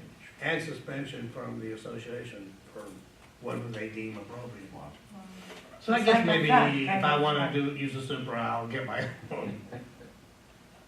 But in a market analysis, you're comparing properties that recently sold, that are comparable to the subject, and looking at that relationship. Normally, in my mind, when I do a market analysis, I don't come up with a number, like 200,000. I come up with a range. Now, I can take that range and talk to my seller about pricing their home. I have the facts. I have to have the facts in black and white to put in that seller's face. Or it's gonna be a spitting contest between them and me. If they're not willing to accept the market, you know, it's kinda like don't kill the messenger. That's all I am as a messenger. I'm simply giving you information about what's going on in your market. If you are not willing to deal with the reality of your market, I don't want your listing. It's a waste of both of ours time. You can't talk to a seller like that. Why not? This is business. It's not my mom. Probably even for was. Still is. I have agents that refer their relatives and friends. They won't work with them, because they want to keep them as relatives and friends. My sister-in-law works here. My sister-in-law works here, that's how I got referred to. Sometimes it works, sometimes it don't. Broker price opinion. These are usually about $50 is what you get for them. The purpose of this is for the broker to give their opinion of what a property is worth. The typical client for that broker is a lender. They're looking to price the property to put it up for sale. and they have certain parameters and requirements and forms that the broker or sales associate would have to fill out.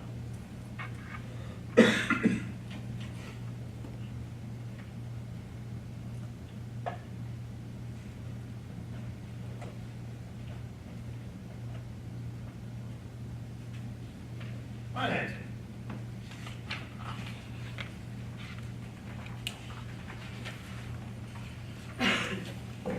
I don't have a lot to say about financing at this point. We got 2 chapters, so I think that's enough.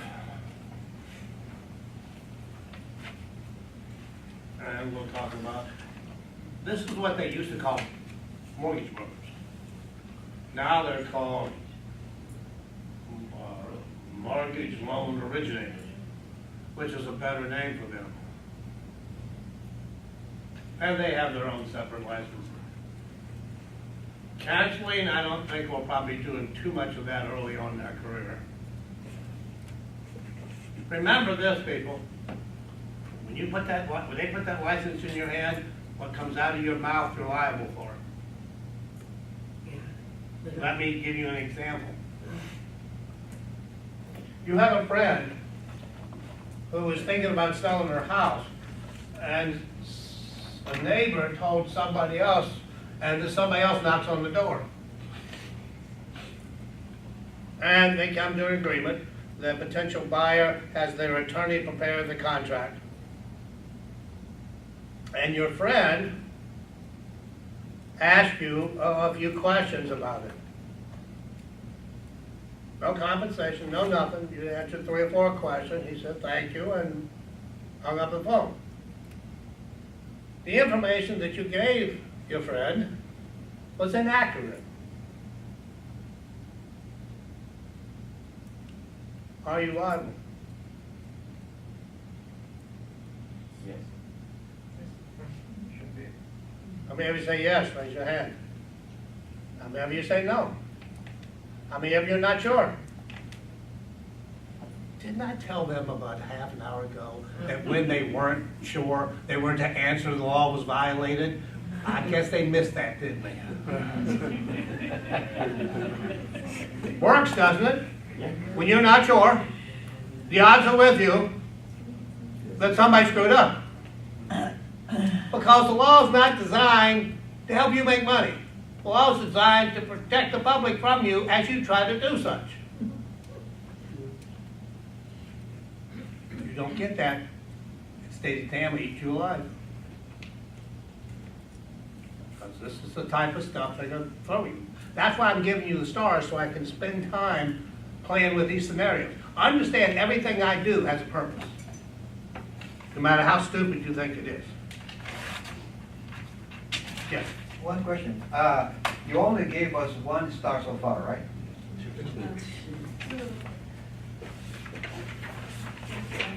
Page 7 first. Yeah, 4 and 7. 4, page 4? Yeah, page 4, Okay, the presumption. Put something in Yeah. it? Okay, by business owners. thank you. Top of 4, and then the top of 7. That's right. Okay, thank you very much. You're welcome.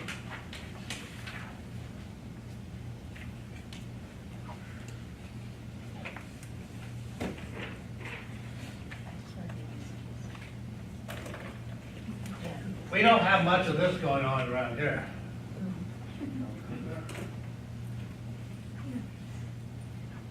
I don't know, I think Geo Holmes must know something that the rest of the world doesn't. I mean, they're building as fast as they can get the cement trucks there. Well, when you talk about development and construction, what's the first thing that has to happen? I gotta get land. The rest of it's useless if I don't have the land. Now, as a real estate agent, could I be involved in that? Yes. Yes. I have extras who work for a real estate broker, but their clients are 3 or 4 of the big builders. And their job is to find property. The builder gives them parameters that they're looking for. It's their job to go get it. Now, that's a totally different expertise. Because you gotta deal with the environmental issues. Something you can't see, that can be major issues. And then subdividing and development. In a residential subdivision, you have it says a plat map. How many of you live in a residential subdivision? Do you have blocks and lots? Say that again? Do you have blocks and lots? Yes. If you're not sure, look at your deed. Well, when you mean each person personally, or does the community have lots and lots? Yes. Which part? You asked me two questions. They were both yes. Why do I have to wait? I do that to my daughter. My wife does that all the time too. Yes, that's the question we Hey, why do I have to say yes, yes? Why can't I just say yes? You asked me two questions. Answer both of them yes.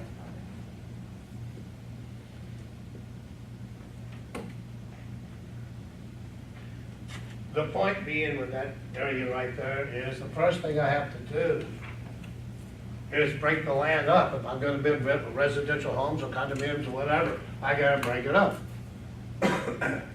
In your platted subdivision, my subdivision has 242 lots. For whatever reason, they didn't create any blocks. Because blocks are bigger than lots. Lots is the smallest. You know, a block can be any number of lots.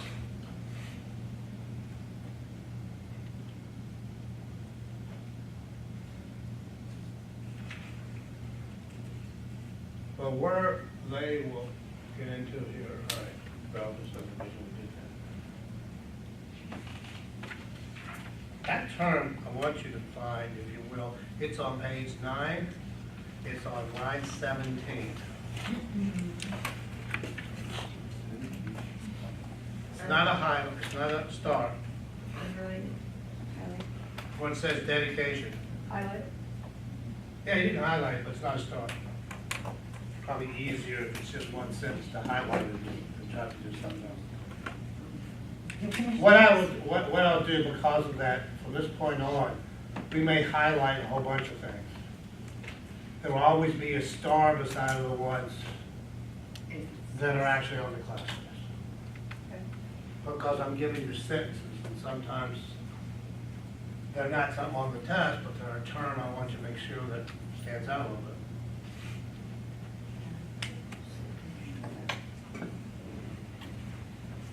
Do you know why developers do that? Makes, actually, not really for tax. Okay, and then. Street, sewer, Street, sewers, line road, sidewalks. schools, water treatment plants. All the infrastructure, not just within the community, but in the area. Because when that building gets building faster than the county can put in the infrastructure, the builder is gonna wind up doing what? He's gonna wind up helping. A lot of times they dedicate land for a school or whatever, something that's gonna help the community. And why are they doing that? Somebody twisted their arm. You want your approval? We need land for school. You're bringing in 2,000 families, average age 7 to 12. What about all the services they need? We need land to put those services on. Or I can wait 5 or 10 years until they get around to it. That would probably not work well economically for the developer. I have to wait.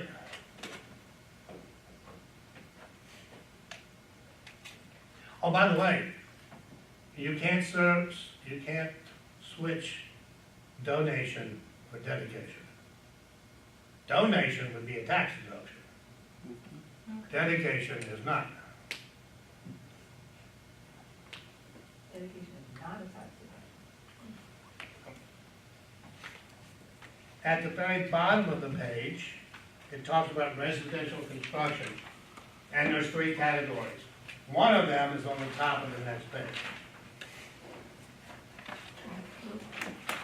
You've got speculative houses, custom homes, and tract homes, which notice they also call speculative buildings. Now, I want you to look at something. You may want to highlight these 3. You'll notice in number 3, they use the term speculative building.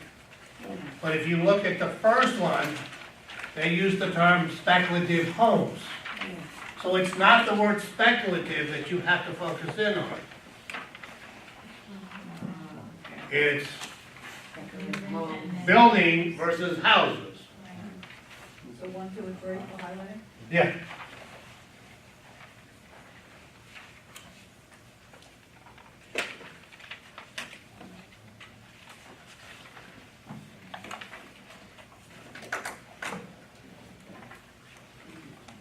The next thing they talk about is the role of the government. We'll probably spend about 40 hours of the 63 talking about something that's being affected by the government.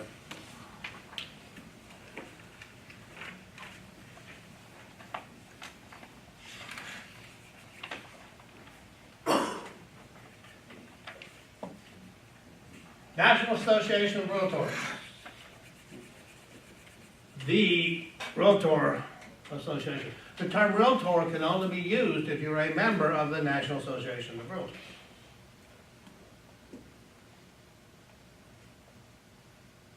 Business, $700 to $800 a year.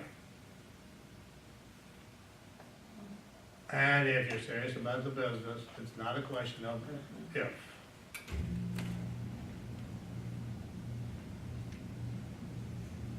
You should be putting some money aside. I've already saved you money because I have given you a way to generate business that doesn't cost too much money, or a penny, because you already have the internet connection. You're already paying for it.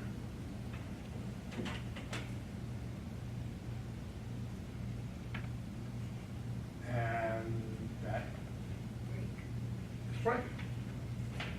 Now, a couple things before we go to break. Number 1, the questions at the end of the chapter are standing assignments. That means by Wednesday night, I expect you to have done the questions here. Now, I am not going to sit here and go through the questions. If you haven't taken the time to do them, I'm not going to sit here and basically do them for you. However, every night at the beginning of class, I always ask, does anybody have any questions? And if it takes us 5 minutes or 15 minutes or 20 minutes to go through those questions, we will.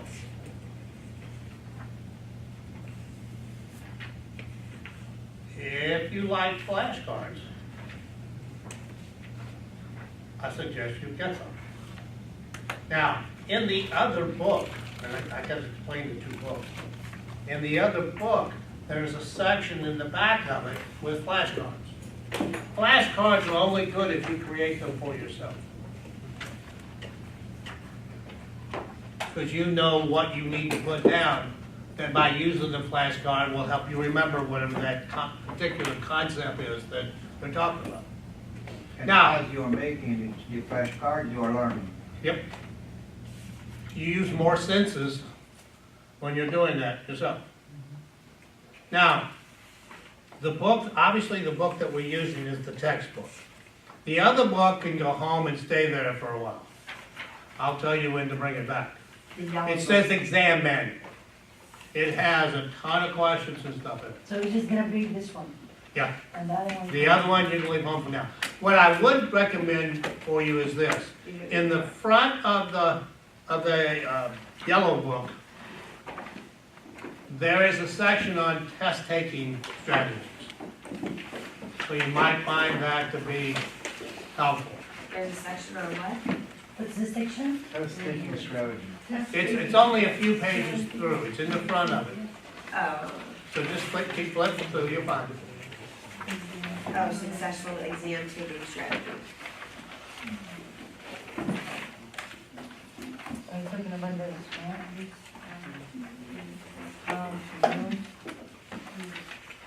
Okay, guys, why don't we take a break? Come back.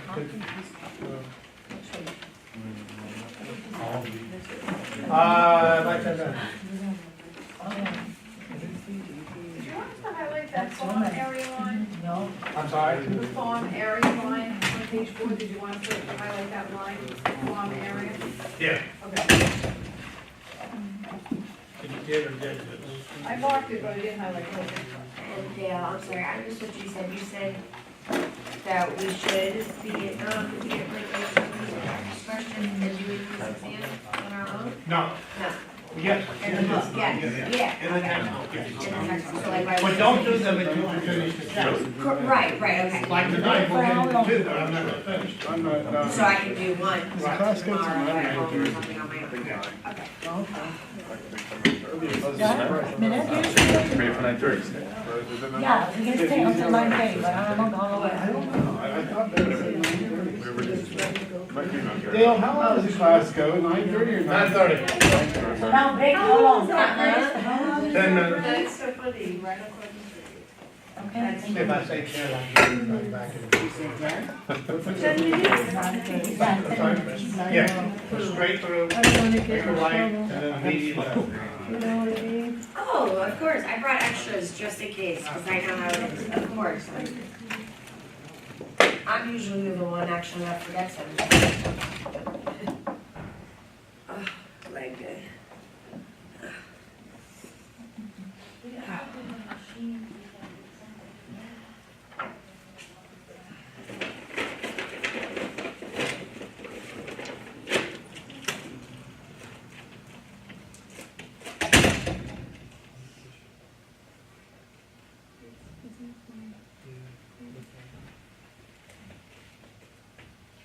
I feel like there's a machine or something to take the drink or.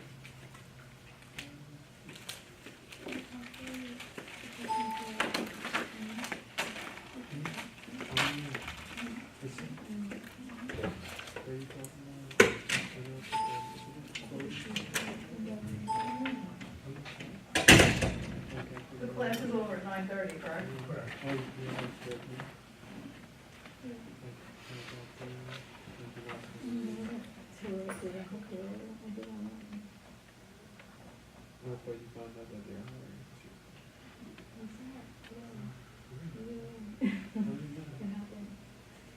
When we were walking to that one place?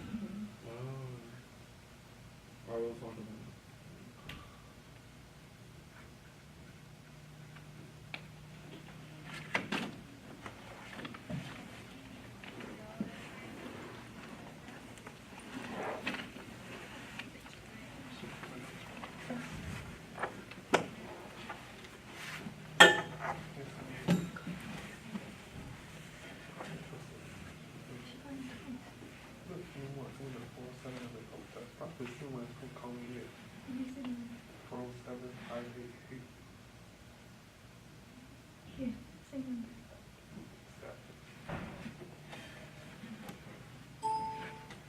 She's gonna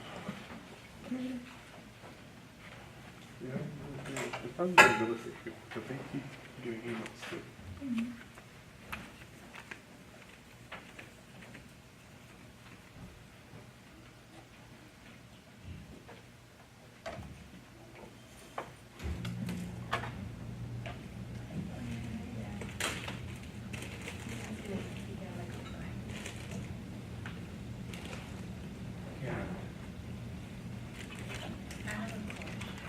Yeah. I'll email it to Right. you. I just see you. That was it? Well, we are, my fiance and I, we're trying to go sailing Trying to play. also. Okay. And, we're supposed to use a bar for that. We have a contract. Right. But we want to take it. Right. So it's just a clause and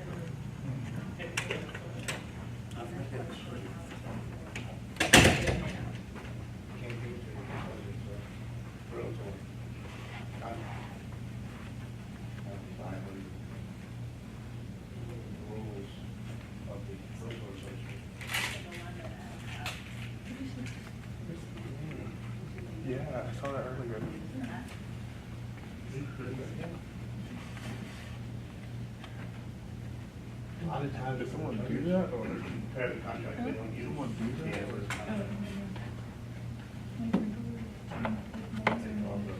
Someone that fell? That's what-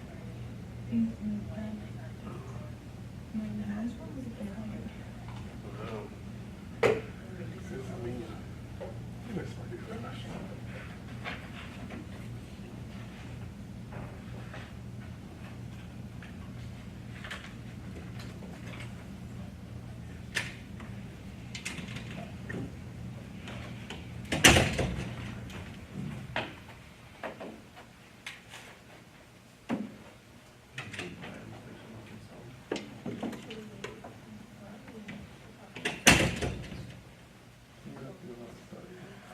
And how do you do that?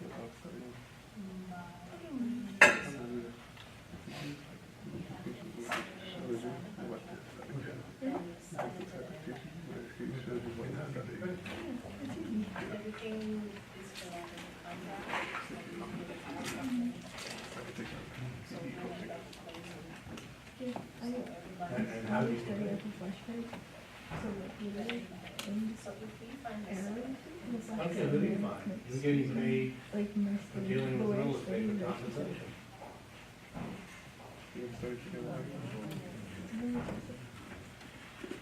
I don't care where you are in the Hey, chain, if I know this, you're getting compensated. What do you think? Great. let me see this.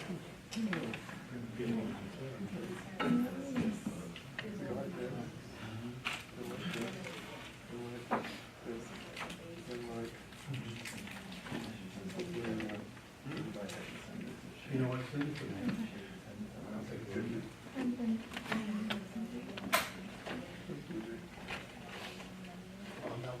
Contracting, concern is paid. Supposed to be our police with actually one of them.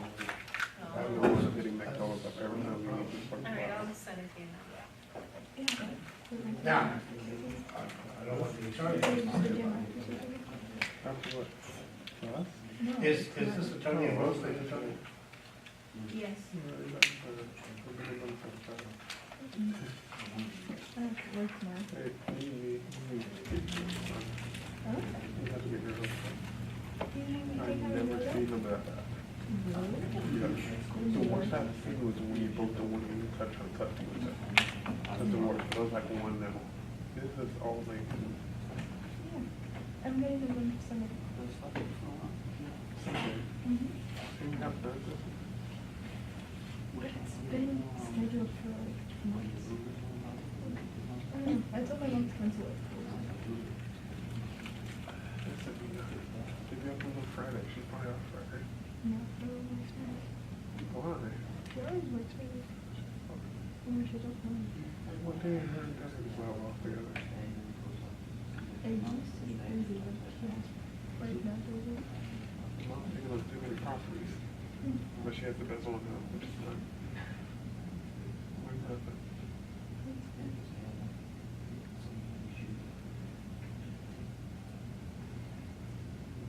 She got all the bigger hair out. There's like no small house. I wasn't in today. Dude, it's perfect. They're like amazing. I told her if it smells still there, it's because they're not trying to cut it cracks. And I said cement, I said, hold on. That's nice. You know, I'm super sure. Yeah, just vinegar, the vinegar really. I think she got the fact that she's been fired. I think she gets the point, but she's trying to make that. Not that she gets the fired, but that she gets the point that she fucked up.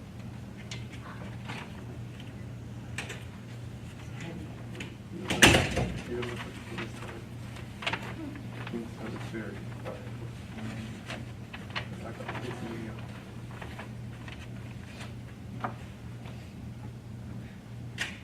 It's a door.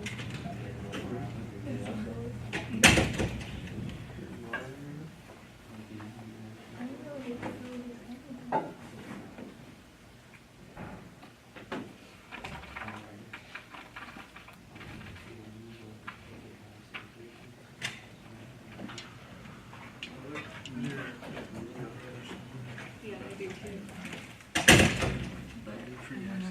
bit underqualified for that one.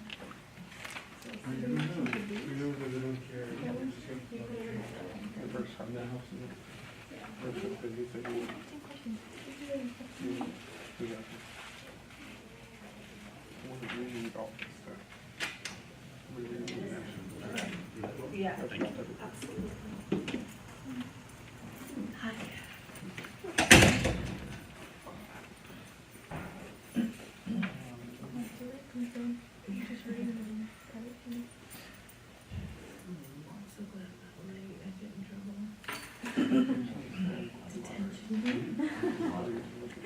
He seems like a woman who tells everybody he's got it. Yeah. We got it. Is it So I'm gonna treat the city staff there. What I read that, I was like, oh, that's wrong. He has to make everything that we thought was necessary. I give him a lot of Public schools. Oh, wow.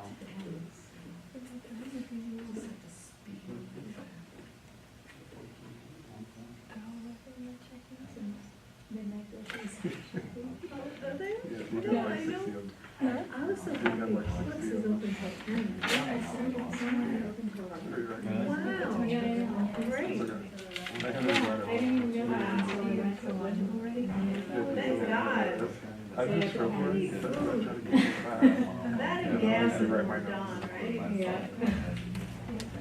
So I had a beautiful hair the first time around with dollar signs.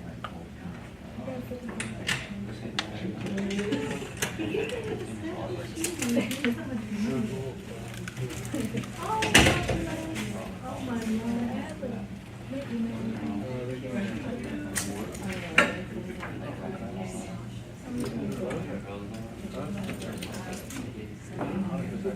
Oh, yeah. I forgot my mom packed me one of those adult Lunchables. Where's the restroom? It's back there.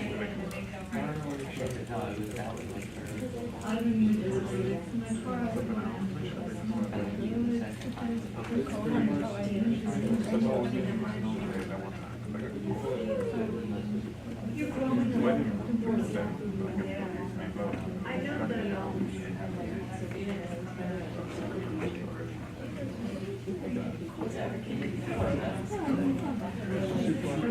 Sorry. but he also went to Carnegie. Get off and move on. So you were working for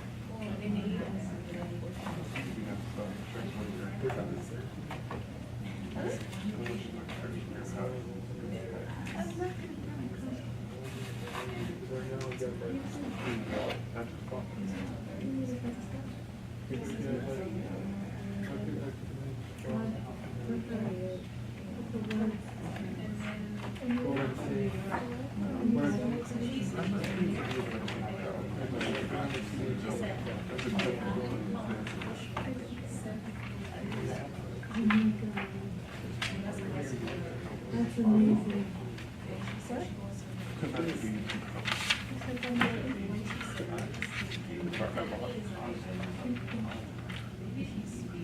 Toyota credit card. They use one Toyota credit card. It won't work out those, right? Let's use it as a number. So here.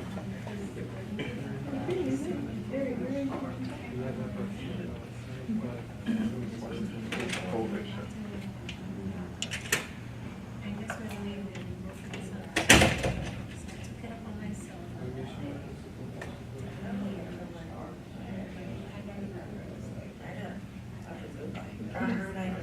You know, she's going to know in Bushwick.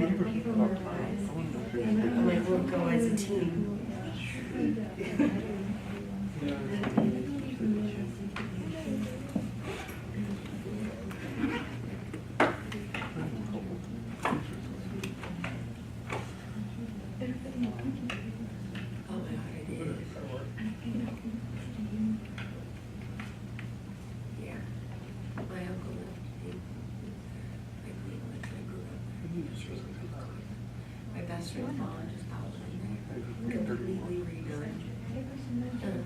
I And think they they have to be people certain. that are. Oh, yeah, that's what I That's a good area to sell. Night comes up to 8. We're pretty far. You see her mom right there. There's another one Is there You any- can find an hour there. like today. Why do you use the one side? Get way too much. I don't know, the things are changing. There has to be a better because it's coming out of there. What's the McDonald's?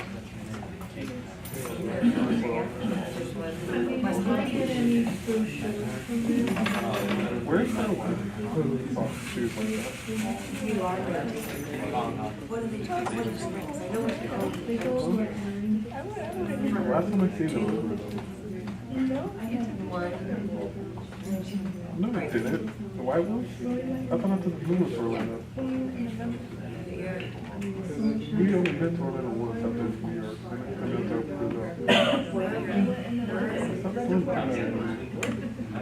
There wasn't a pool, there wasn't any jam, there wasn't, you know, it wasn't like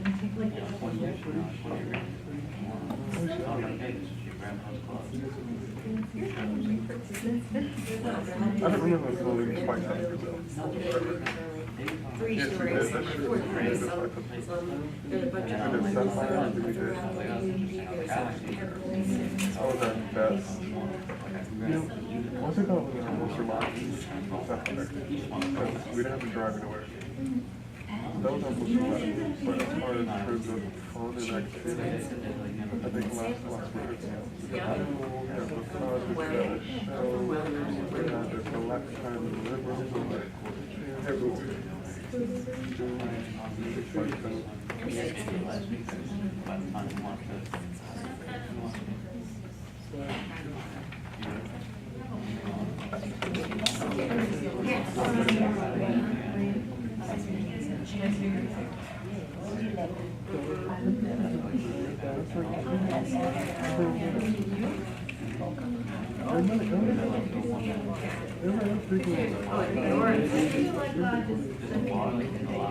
I was just thinking in New York, I was thinking I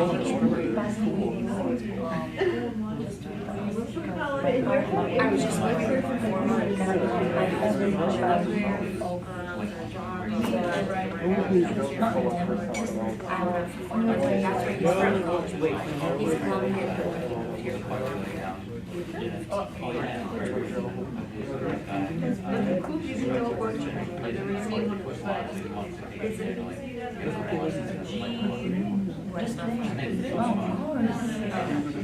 Come on.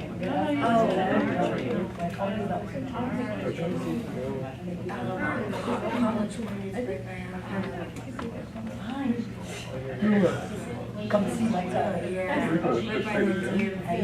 You where? I might not up there. It's a big stage. I know, right? I'm taking it as a title. I'll tell them late. I don't care. Something like this. Next day, the next morning. I'll just tell them I'm coming after the test. Are you? You just had a That's fair. That's fair. I'm still gonna have one day off. Make sure my dad. Yeah, this Yeah, remember you kept it. Just take it one more day. One day left. Okay, let's go to page 16, please.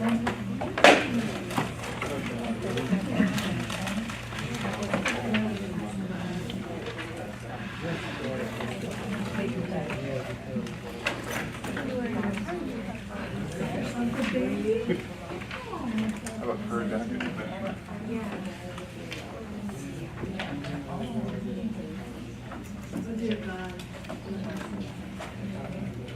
Now it's fine,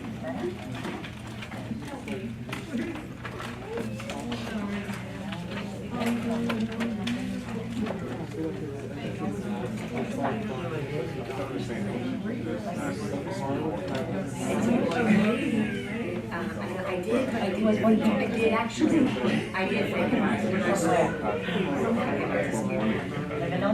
I have one kid, I'm only having, you know, that's my great grandparents. business, I'd rather get something over I was not, I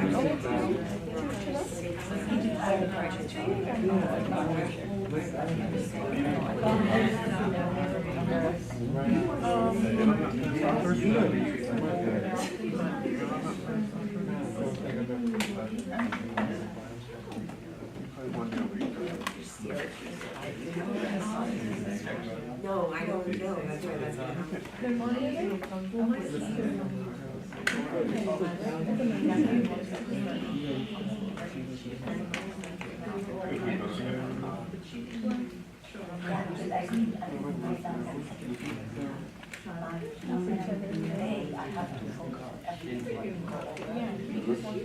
No, we don't.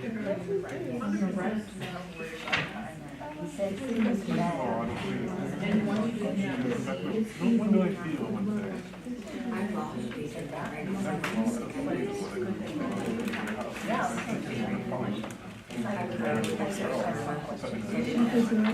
No, it's my car. 5 minutes. That's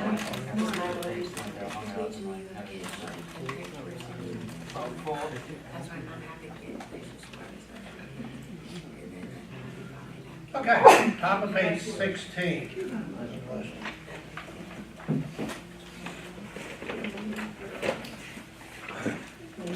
On 16, let's put a bracket on the whole page. Whole page? Whole page.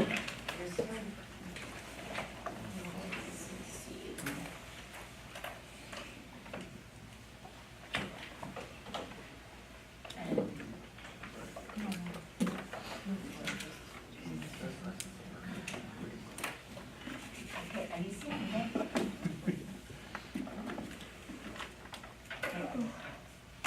Yes.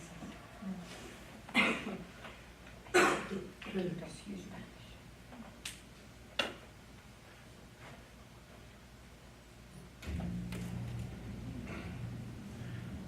At what point in time did real estate agents become a danger to the public? 1923.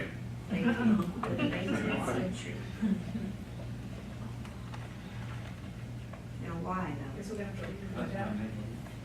Why? Probably in the way in which they conducted business with the public, ripping them off, concealing things. Pick all the shit that people lose their license for, and you'll know what they are. By the way, if you went into DBeeper's website and you went into the divisions of professions, you could go to real estate, and that would take you to the division of real estate, which also is tied to the Florida Real Estate Commission. And there is a section in there on violations of penalties. And they put it, they publicize there, anyone who is disciplined. Number one reason for discipline action, failure to account and deliver. Number one reason under that is mishandling of escrow money. I'm also responsible for making sure there's verification in your file for escrow. So this is how much leeway you have. So basically. I got 3 people that are on strike 2. Anything they do wrong from this point on, yes.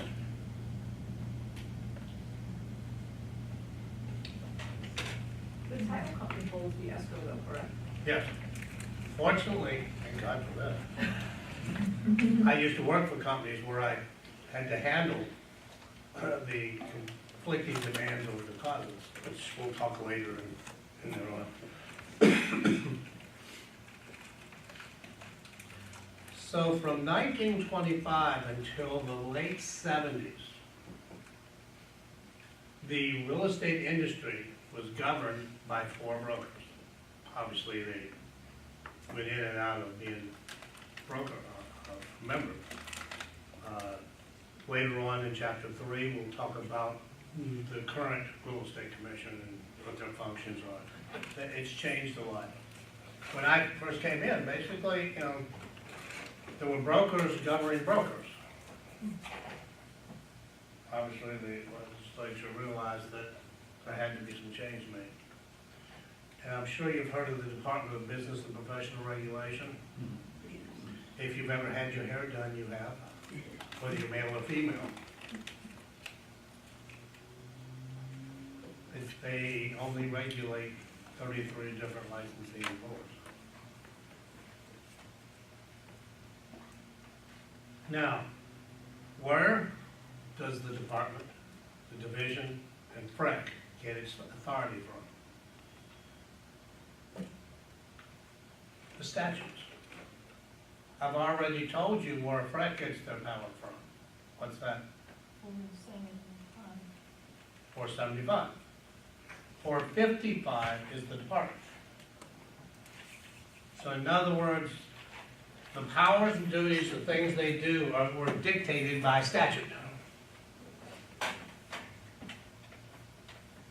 If you read 475, you'll see that a lot of it is very broad, which meaning there's room for interpretation. Who ultimately winds up doing the interpretation is the commission. They create, which we'll talk later about, they create rules and regulations that help them implement the law. Because if you read the law, you don't know how much your license fee would be. You know it couldn't be greater than X, which is what it states in the statute. So if I really want to know what my fees are going to be for a license, I don't go to the 455. I go to 475. And I go into the rules of the commission. In the rules, the first category in the rules of the commission are fees. So they're actually dictating what your fees will be.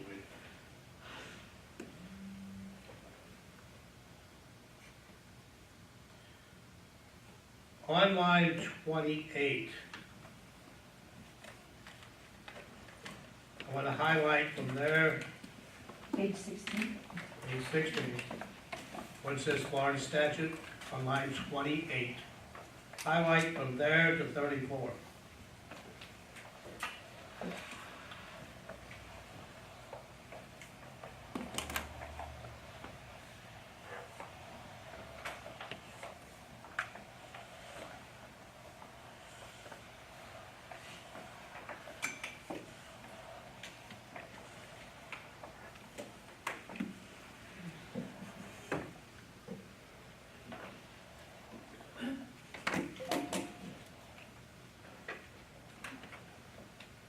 And once you do that, I want you to highlight lines 35 through 40.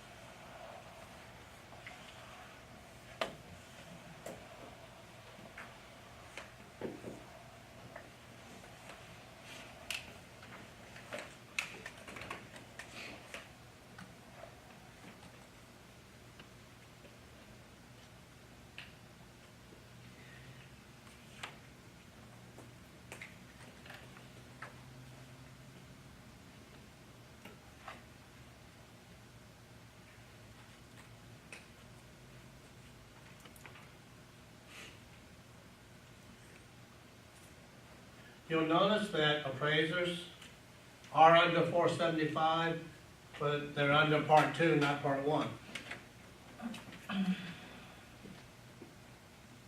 When they came down hard on the appraisers, they decided that the appraisers needed to be regulated separately.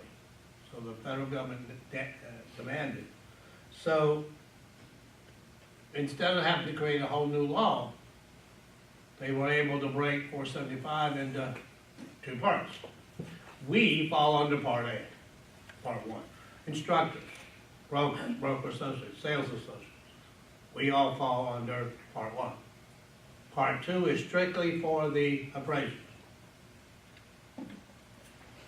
Now, 3 and 4, don't look at it yet. 3 and 4 are, that's like, they're out in left field with this. In 3 and 4, everybody look at me. When I say don't read something, there's a reason for that. Because these don't work if your eyes are not on me. You know when Mom used to say, look at me, I'm talking to you? I almost asked Mom what you meant by that one day. Fortunately, the smart side of my brain kicked in time. But it's true. If I can't see you, you can't hear me. I think there's flaps that fall down in your ears when you're doing that. Now, set up for 3 and 4. You've got residential. If I can get the seller's written permission, as a broker, I can put a lien on their property to safeguard my commission. In non-residential, that is not allowed. So 475 said, okay, here's the deal. If it's a commercial sale and the owner or the seller is refusing to pay my commission, I can go after the net proceeds of the sale, but I cannot put a lien on the property. If the landlord is refusing to pay my commission because I brought him a tenant for this office building, again, I can't put a lien on it, but I can go after the rent. What would happen there is, assuming the broker wins the case, the courts would dictate to the tenant that they were to pay X amount of dollars as part of your monthly rent. They just keep paying the rent, but you pay the rent to the broker. And they would pay their monthly rent until the broker was paid off, and then the money would then go to the landlord. So if it's a sale, they can go after the net proceeds. In a lease, there is no net proceeds. So the only thing there that they can go after is the rent.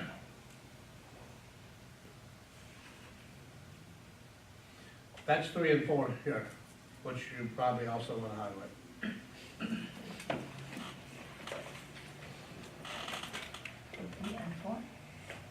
Yeah, starting on line 41, it runs through line 3 on the next page. 3's at the bottom, 4's at the top. Starting on 41, it's part 3, which is commercial, residential, real estate sales.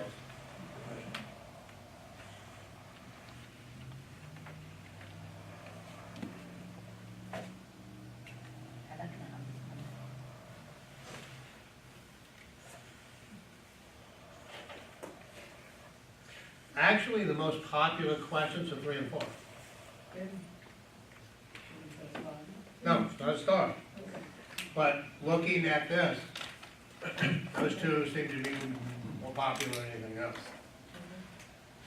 I'll say that and you'll never get a question on that. By the way, if you're thinking of asking me, is something going to be on the test? I'm talking about state exam. The answer is yes. I'm never going to tell you, nah, you won't see that, don't worry about it. I did that once. It's the first question. Guess how many times I did it after that? Even if I knew that it was a rarity that they ever asked that question. I love this runs it. Yes, right. Good. All right, 455 at the top of 17. Says the Department of Business and Professional Regulation.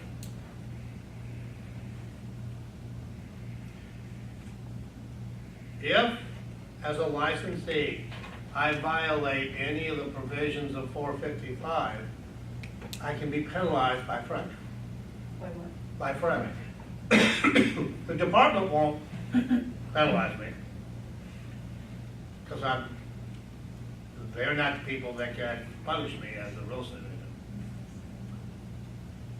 But I have a feeling if the department's attorney called the attorney of the commission and said, we got a situation here with an agent, you think they need to be taken care of, it probably happen real quick.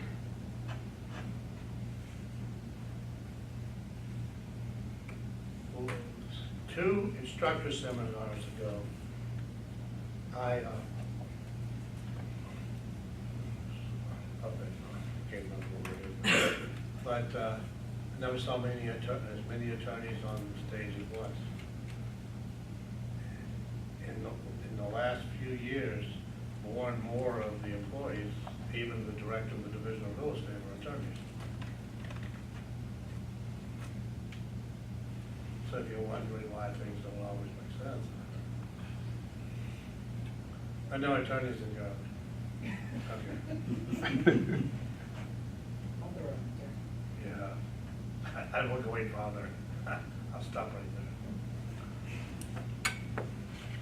Now, you'll notice in the chart, oh, I'm sorry, on line 20, page 17, I said that the commission would make rules and regulations to implement the law. Well, there's a prefix to it. Anytime it starts out 61J2, you know they're talking about rules created by the commission. You will see in the left-hand column periodically, there's one on the previous page, well, they'll make reference to 475 or 455 or the rules of the commission.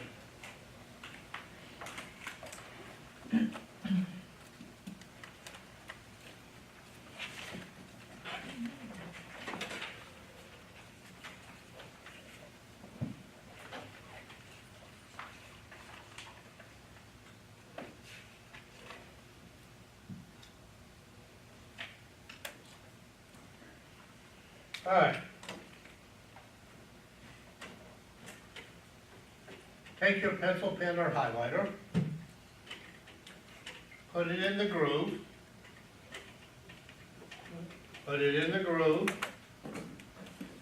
and close the book. Not that I don't trust you. Now, what I'm about to show you is in the book, so you don't need to make any notes.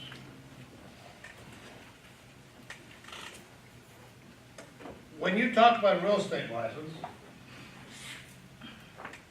it says 3 in the book. My mind,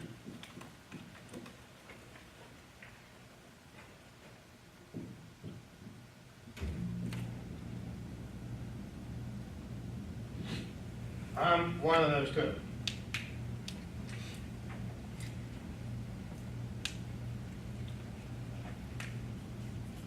In order to be a broker,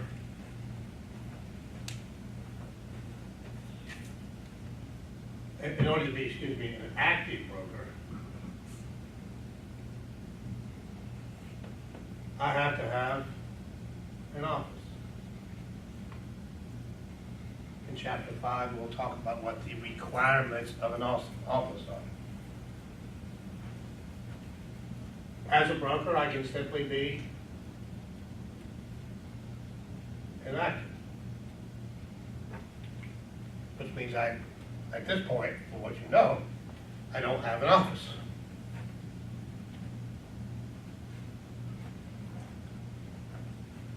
On this side, you have sales associates.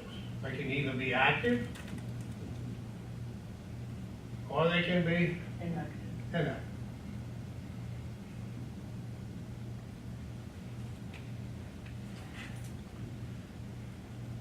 Give me one word to describe active.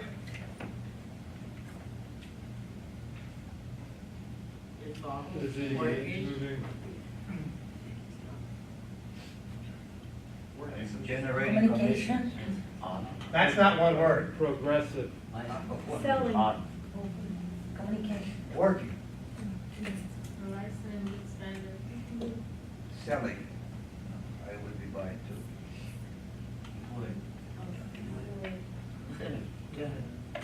question for you.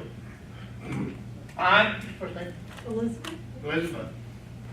Elizabeth is active. I'm active. What's that mean? Employed. Employed. To who? Take a wild guess. How about a broker? Second. So Ben's the broker? So Ben's the broker. We both work for Ben. Correct.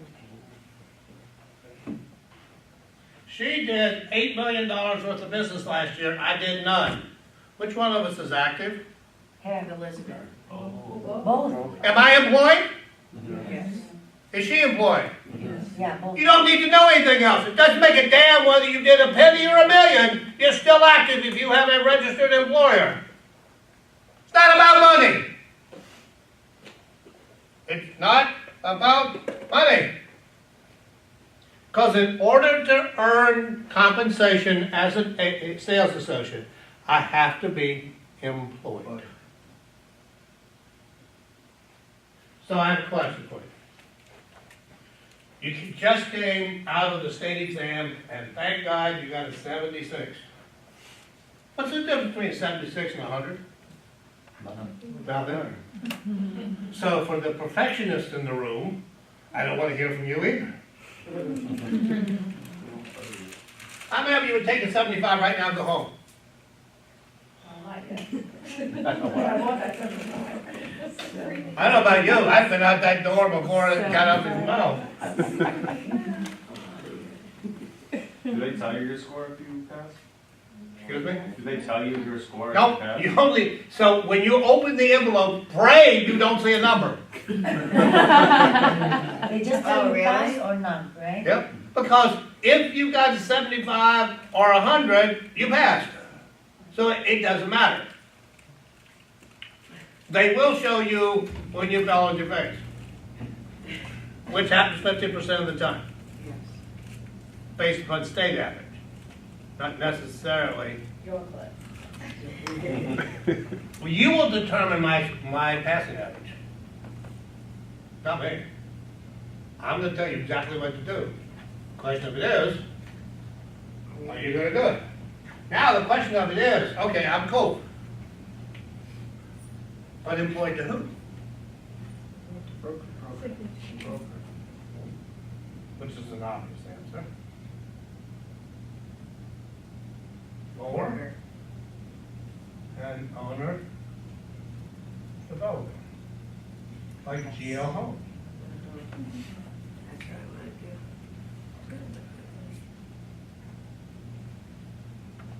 Now, the bad thing about working for an owner developer is you can only sell their property. Well, with GL Homes, I'm working with them, that's not such a bad deal.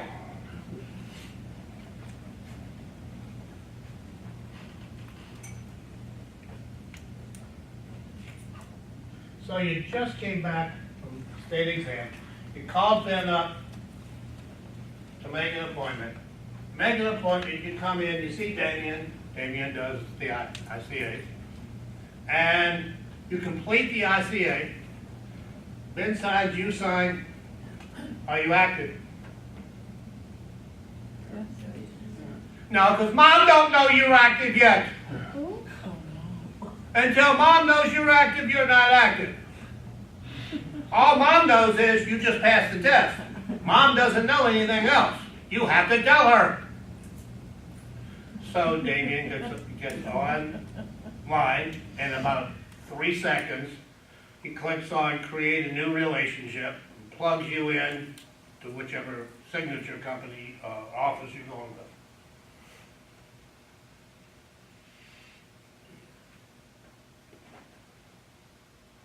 I have to be active to earn compensation. I don't have to be active to collect it.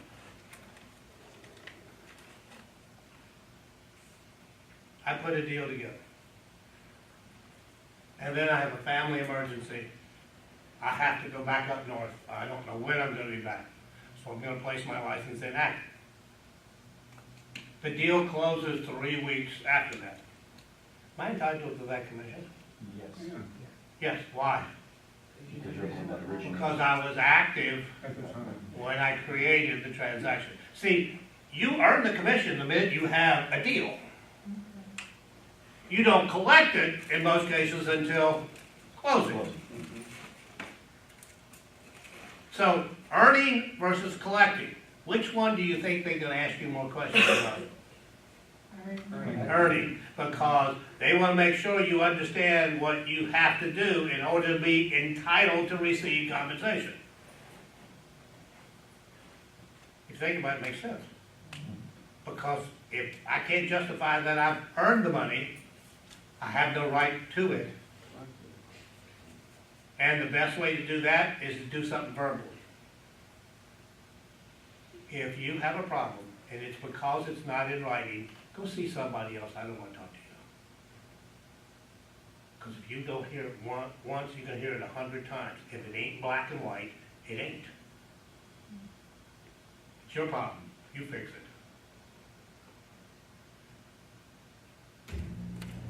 Here'll be a stupid question. In any business, if it ain't black and white, it ain't. Maybe 50 or 60 or 70 years ago, when a handshake meant something. But I'm not really interested in the handshake until the ink is dry.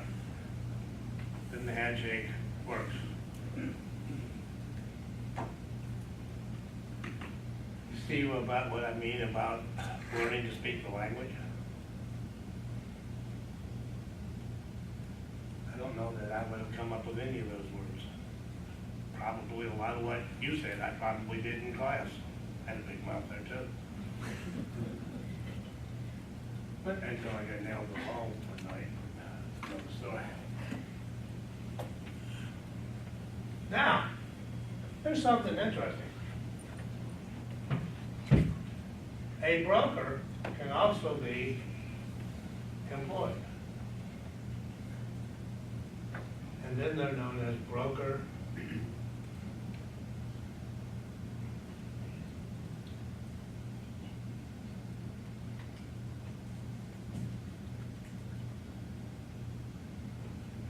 broker associates.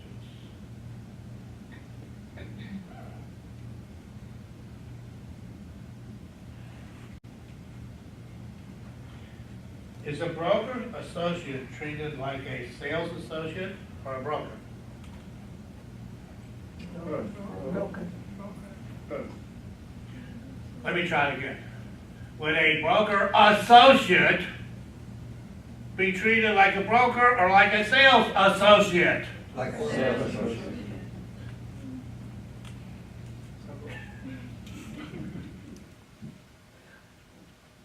I don't know.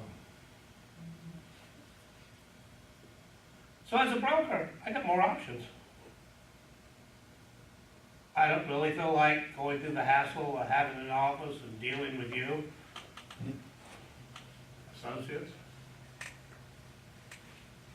So I'll just keep working for broker. We got a ton of broker associates here. Then the obvious question comes up, well, if that's the case, and I'm not really super interested in opening my own office, was not at this point, why in the world would I bother getting a broker's license?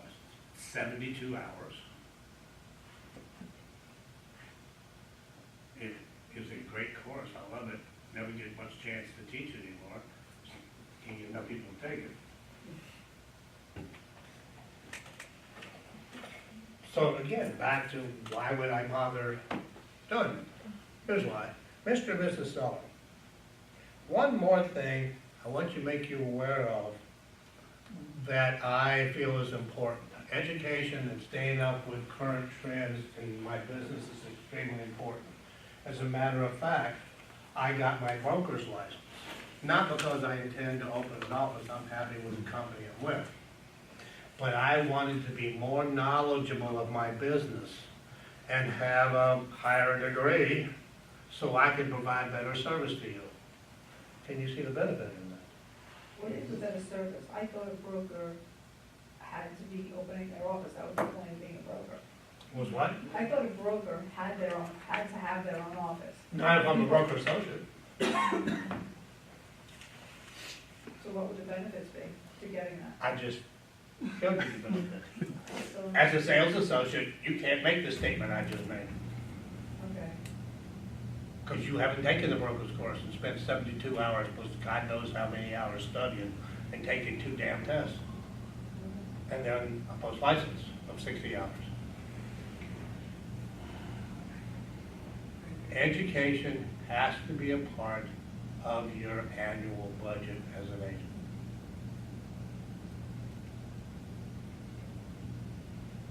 It's absolutely critical. Because this business is evolving at light speed. And it's very easy if you don't stay involved. One way I'm fortunate, I get to do this, I get to do the compliance, I hear everything going on with Sarah, because the main core of us are right down the hallway here. All the senior managers are in there. There are times when all 5 of us will be standing there on a speakerphone with an agent, dealing with an issue. What's funny is, and then we all disagree over the answer. But real estate isn't black and white. I think that's what I found fascinating about it. Because every situation has a little twist to it.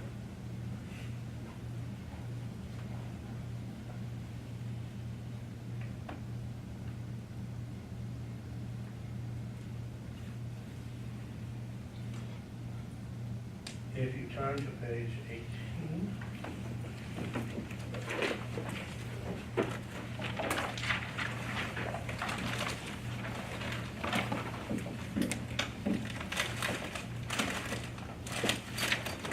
What we just talked about is under general licensing provisions. So bracket from line 4 to 30.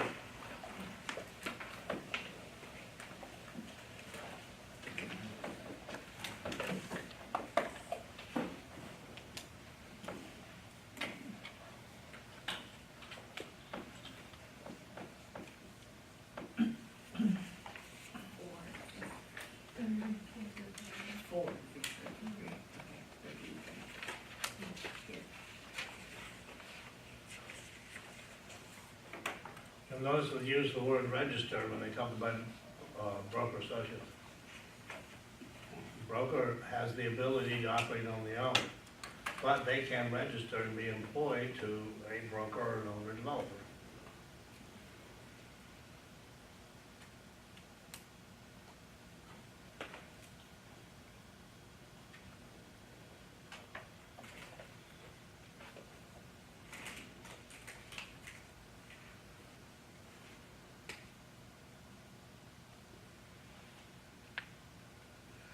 Notice how they define owner developer.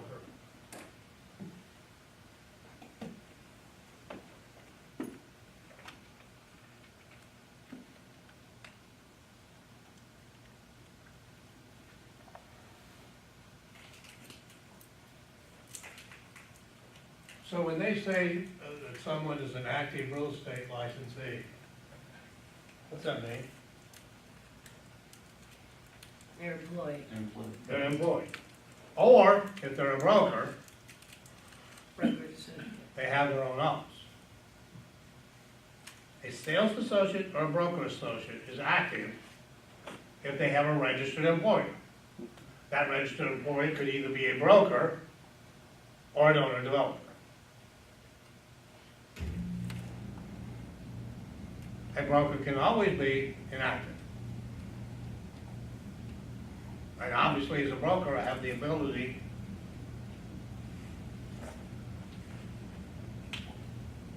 to open my own office. Like I said, in chapter 5, we'll talk about what are the requirements to have an office. You're gonna be amazed.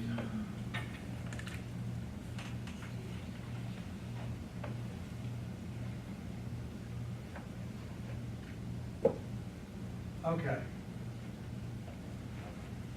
Over the last few years, and even more so, there have been waivers of fees for low-income applicants, for military personnel and their spouses.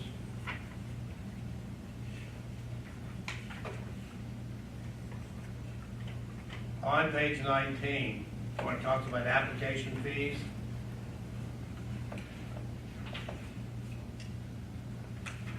let's put a bracket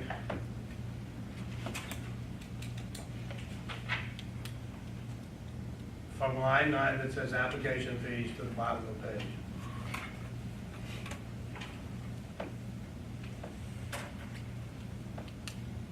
Once you do that, I want you to take your highlighter and highlight line 15 where it says fee waiver for low-income applicants, just the heading.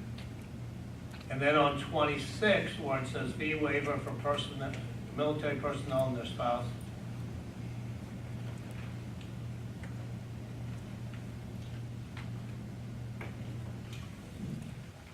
and then on line 39,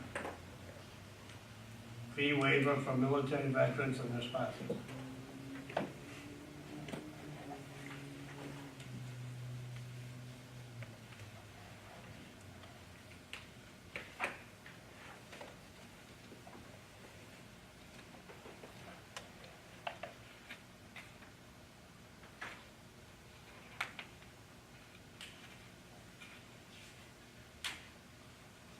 And this waiver doesn't eliminate the requirement to take the education and take the test. It says fee waiver. It doesn't say, license waiver. The idea here is to get them back into normal life, whatever that is, as quickly as possible. And they actually do this for all the different licensing boards under DVPR. So it's not just real estate that does this.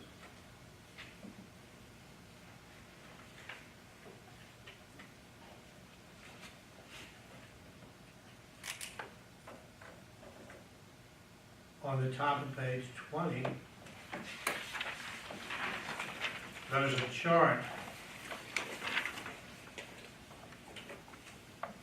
that shows which persons get what waived.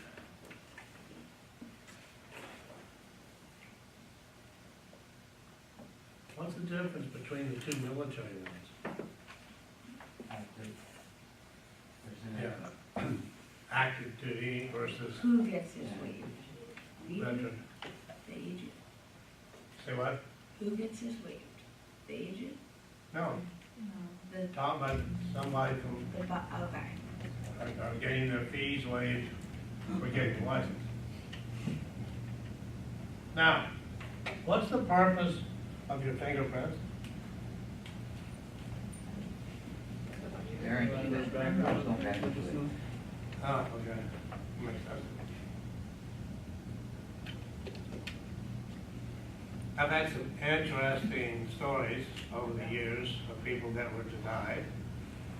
I had one gal, she's 36, has 4 kids,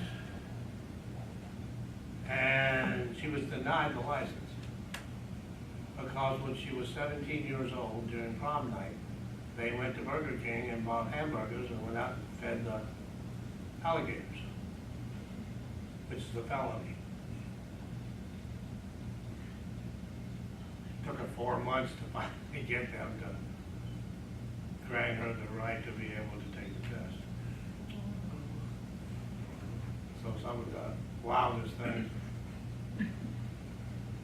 Never had one where I would have said to them, you might as well go home, there's no point in you being here.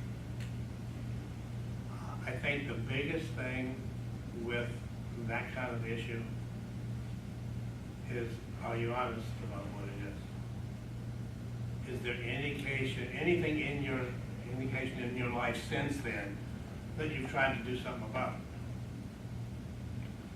They're pretty good with second chances, depending on the attitude that you have, which I guess makes common sense. If there's no indication they're doing anything to change their behavior, probably not gonna give them a license.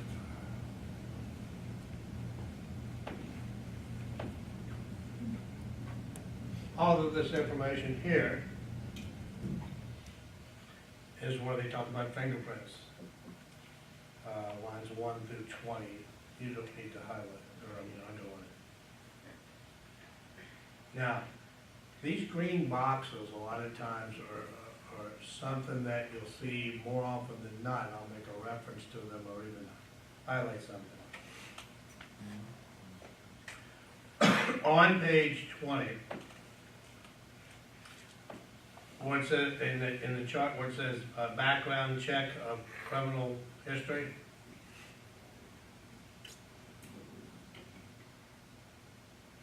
the last sentence talks about nova contendere. It says is a plea of no contest entered in a criminal court of law. The defendant does not admit or deny the charges, though a fine or a sentence may be imposed by the courts. That is a vocabulary question. So either the definition is going to be the question, or the definition is going to be the answer. Star. Star.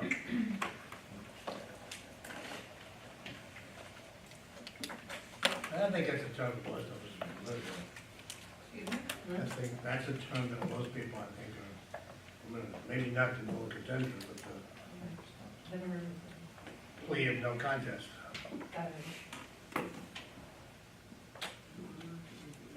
Well, NOLA is probably no.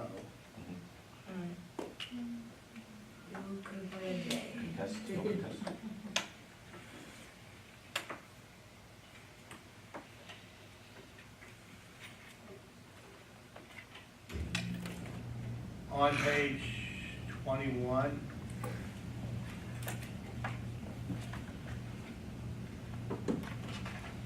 bracket around lines 17 through 25.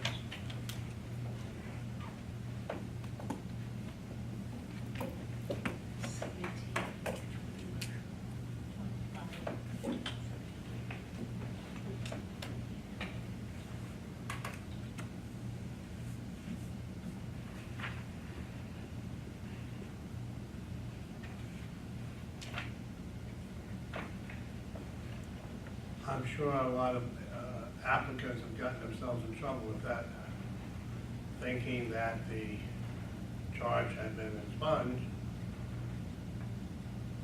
Interesting what fingerprints pick up. You know what the fingerprints go to start with? What's it, the code start with? Fingerprints. Right. What was the question? Who goes to it? Where does it go first? FBI. Then it comes back to the Department of Commission. And the quicker it comes back, the better off you probably are.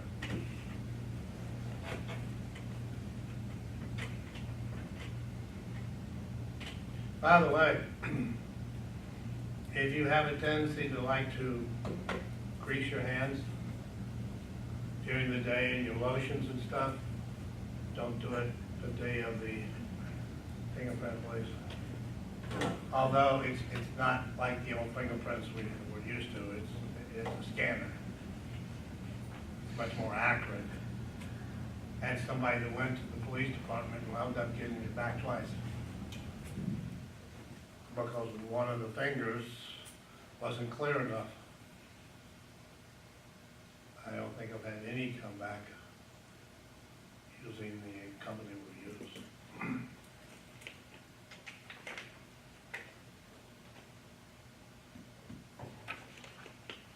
All right, let's go over to 22. We're talking about time periods.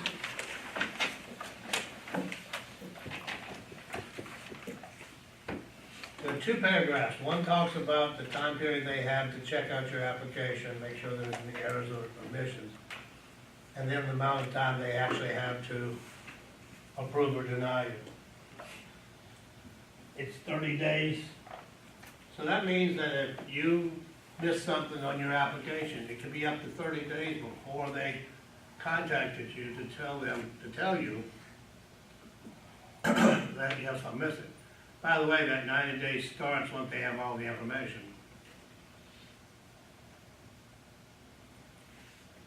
Brackets?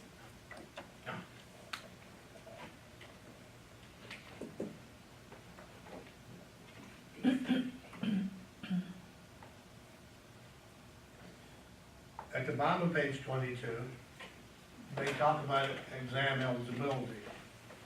I think this you already know. What's the last thing you have to do before you're eligible, in most cases, to take the state exam? Repeat the question again, I'm sorry. Pass a class test. Because if we do your fingerprints next Monday, which should be able to, it won't take long for those to come back. What if you commit a crime after the fingerprinting session? Well, you do have to notify them. Oh. They don't. By the way, if you have licenses in more than one category, they talk to each other. So if you screw up and get in trouble with this license, real estate license over here is gonna find out about it.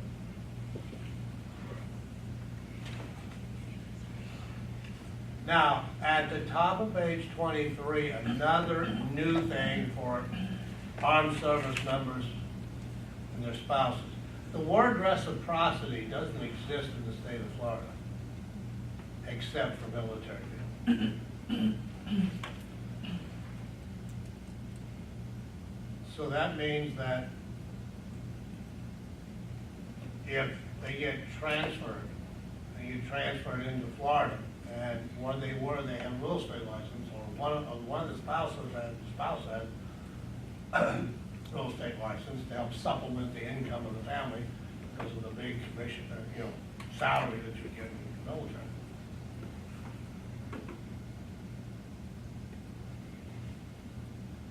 What's the difference between reciprocity and mutual recognition? Reciprocity means that if you are in good standing in the previous state,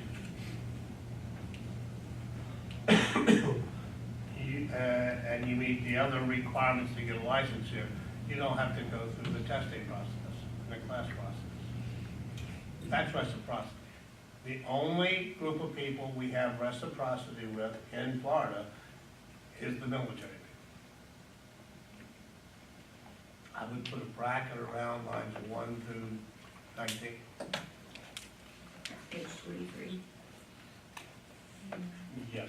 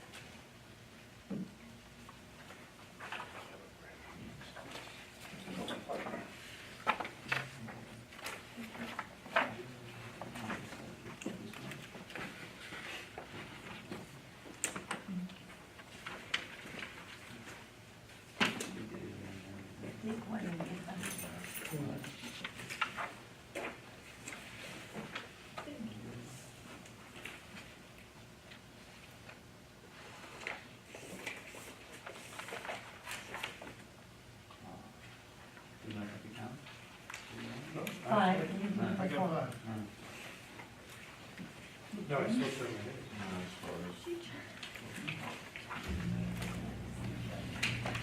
We did one extra anyway.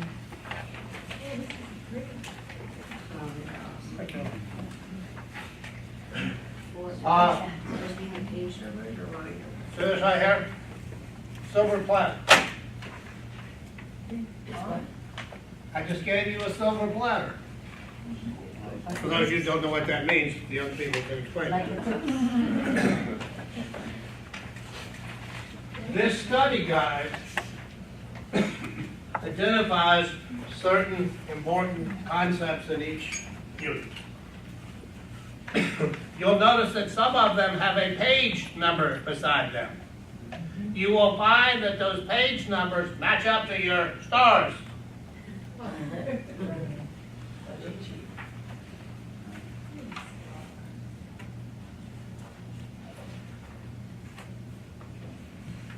And you said, yeah, well, what about the rest of them? It looks like about half and half, because there's a exam A and exam B. I'm not telling you which one you get, but I have 2 different exams. Oh, by the way, I grade your exam. So if I tell you to jump, your answer is? How high? Some of you are old enough to remember what that was. Now, I compliment you on your participation, especially being the first night. I would anticipate not having to bring that subject up again.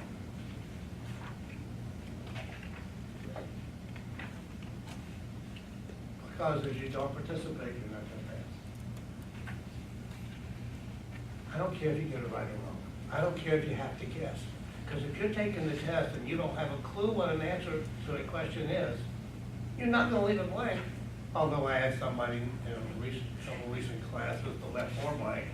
I said, why did you leave? Because once you turn it in, I can't give it back to you. Because I tell everybody, the last thing you do before you turn it in is go through and make sure everything's forward. Would you like to know what the score was? I happened to get a 70. No, 68. So she'd only answered 2 of those 4. Doesn't make sense. There's no penalty for guessing. If you don't know the math at all, and you guess and get all 10 right, they don't look to see if you actually figured out the answer. Besides the fact, about 2/3 of the math problems, those of you that are pretty decent at math, if you can read, you can probably do at least half the math problems without ever touching a pencil or a calculator. For those of you that are bad at math, I will show you how to get better. No? No? You want to know the secret to getting better at math problems? Formulas. If the first thing you do to work a math problem is pick up a calculator, you have a disease. You're counting on that calculator to come up with your answer. Ain't happening. When you do practice problems, if you don't put the formula down, if there is one, some problems there's not really a formula per se. But if you don't put the formula down, you never learn the formula. You learn the answer to the question, which does you no good because that question's not going to be on the test. Anybody have any questions? Welcome. Thank you very much. I'll see you Wednesday, 2:30. Thank you. Yeah. Oh, by the way, It's 6:30. I have a rule here. It's called 3rd grade. Anybody tell me what that means? We get stickers. Clean up after yourself, and I thought we got like. push your chairs in. I guess you missed 3rd grade too. Yeah.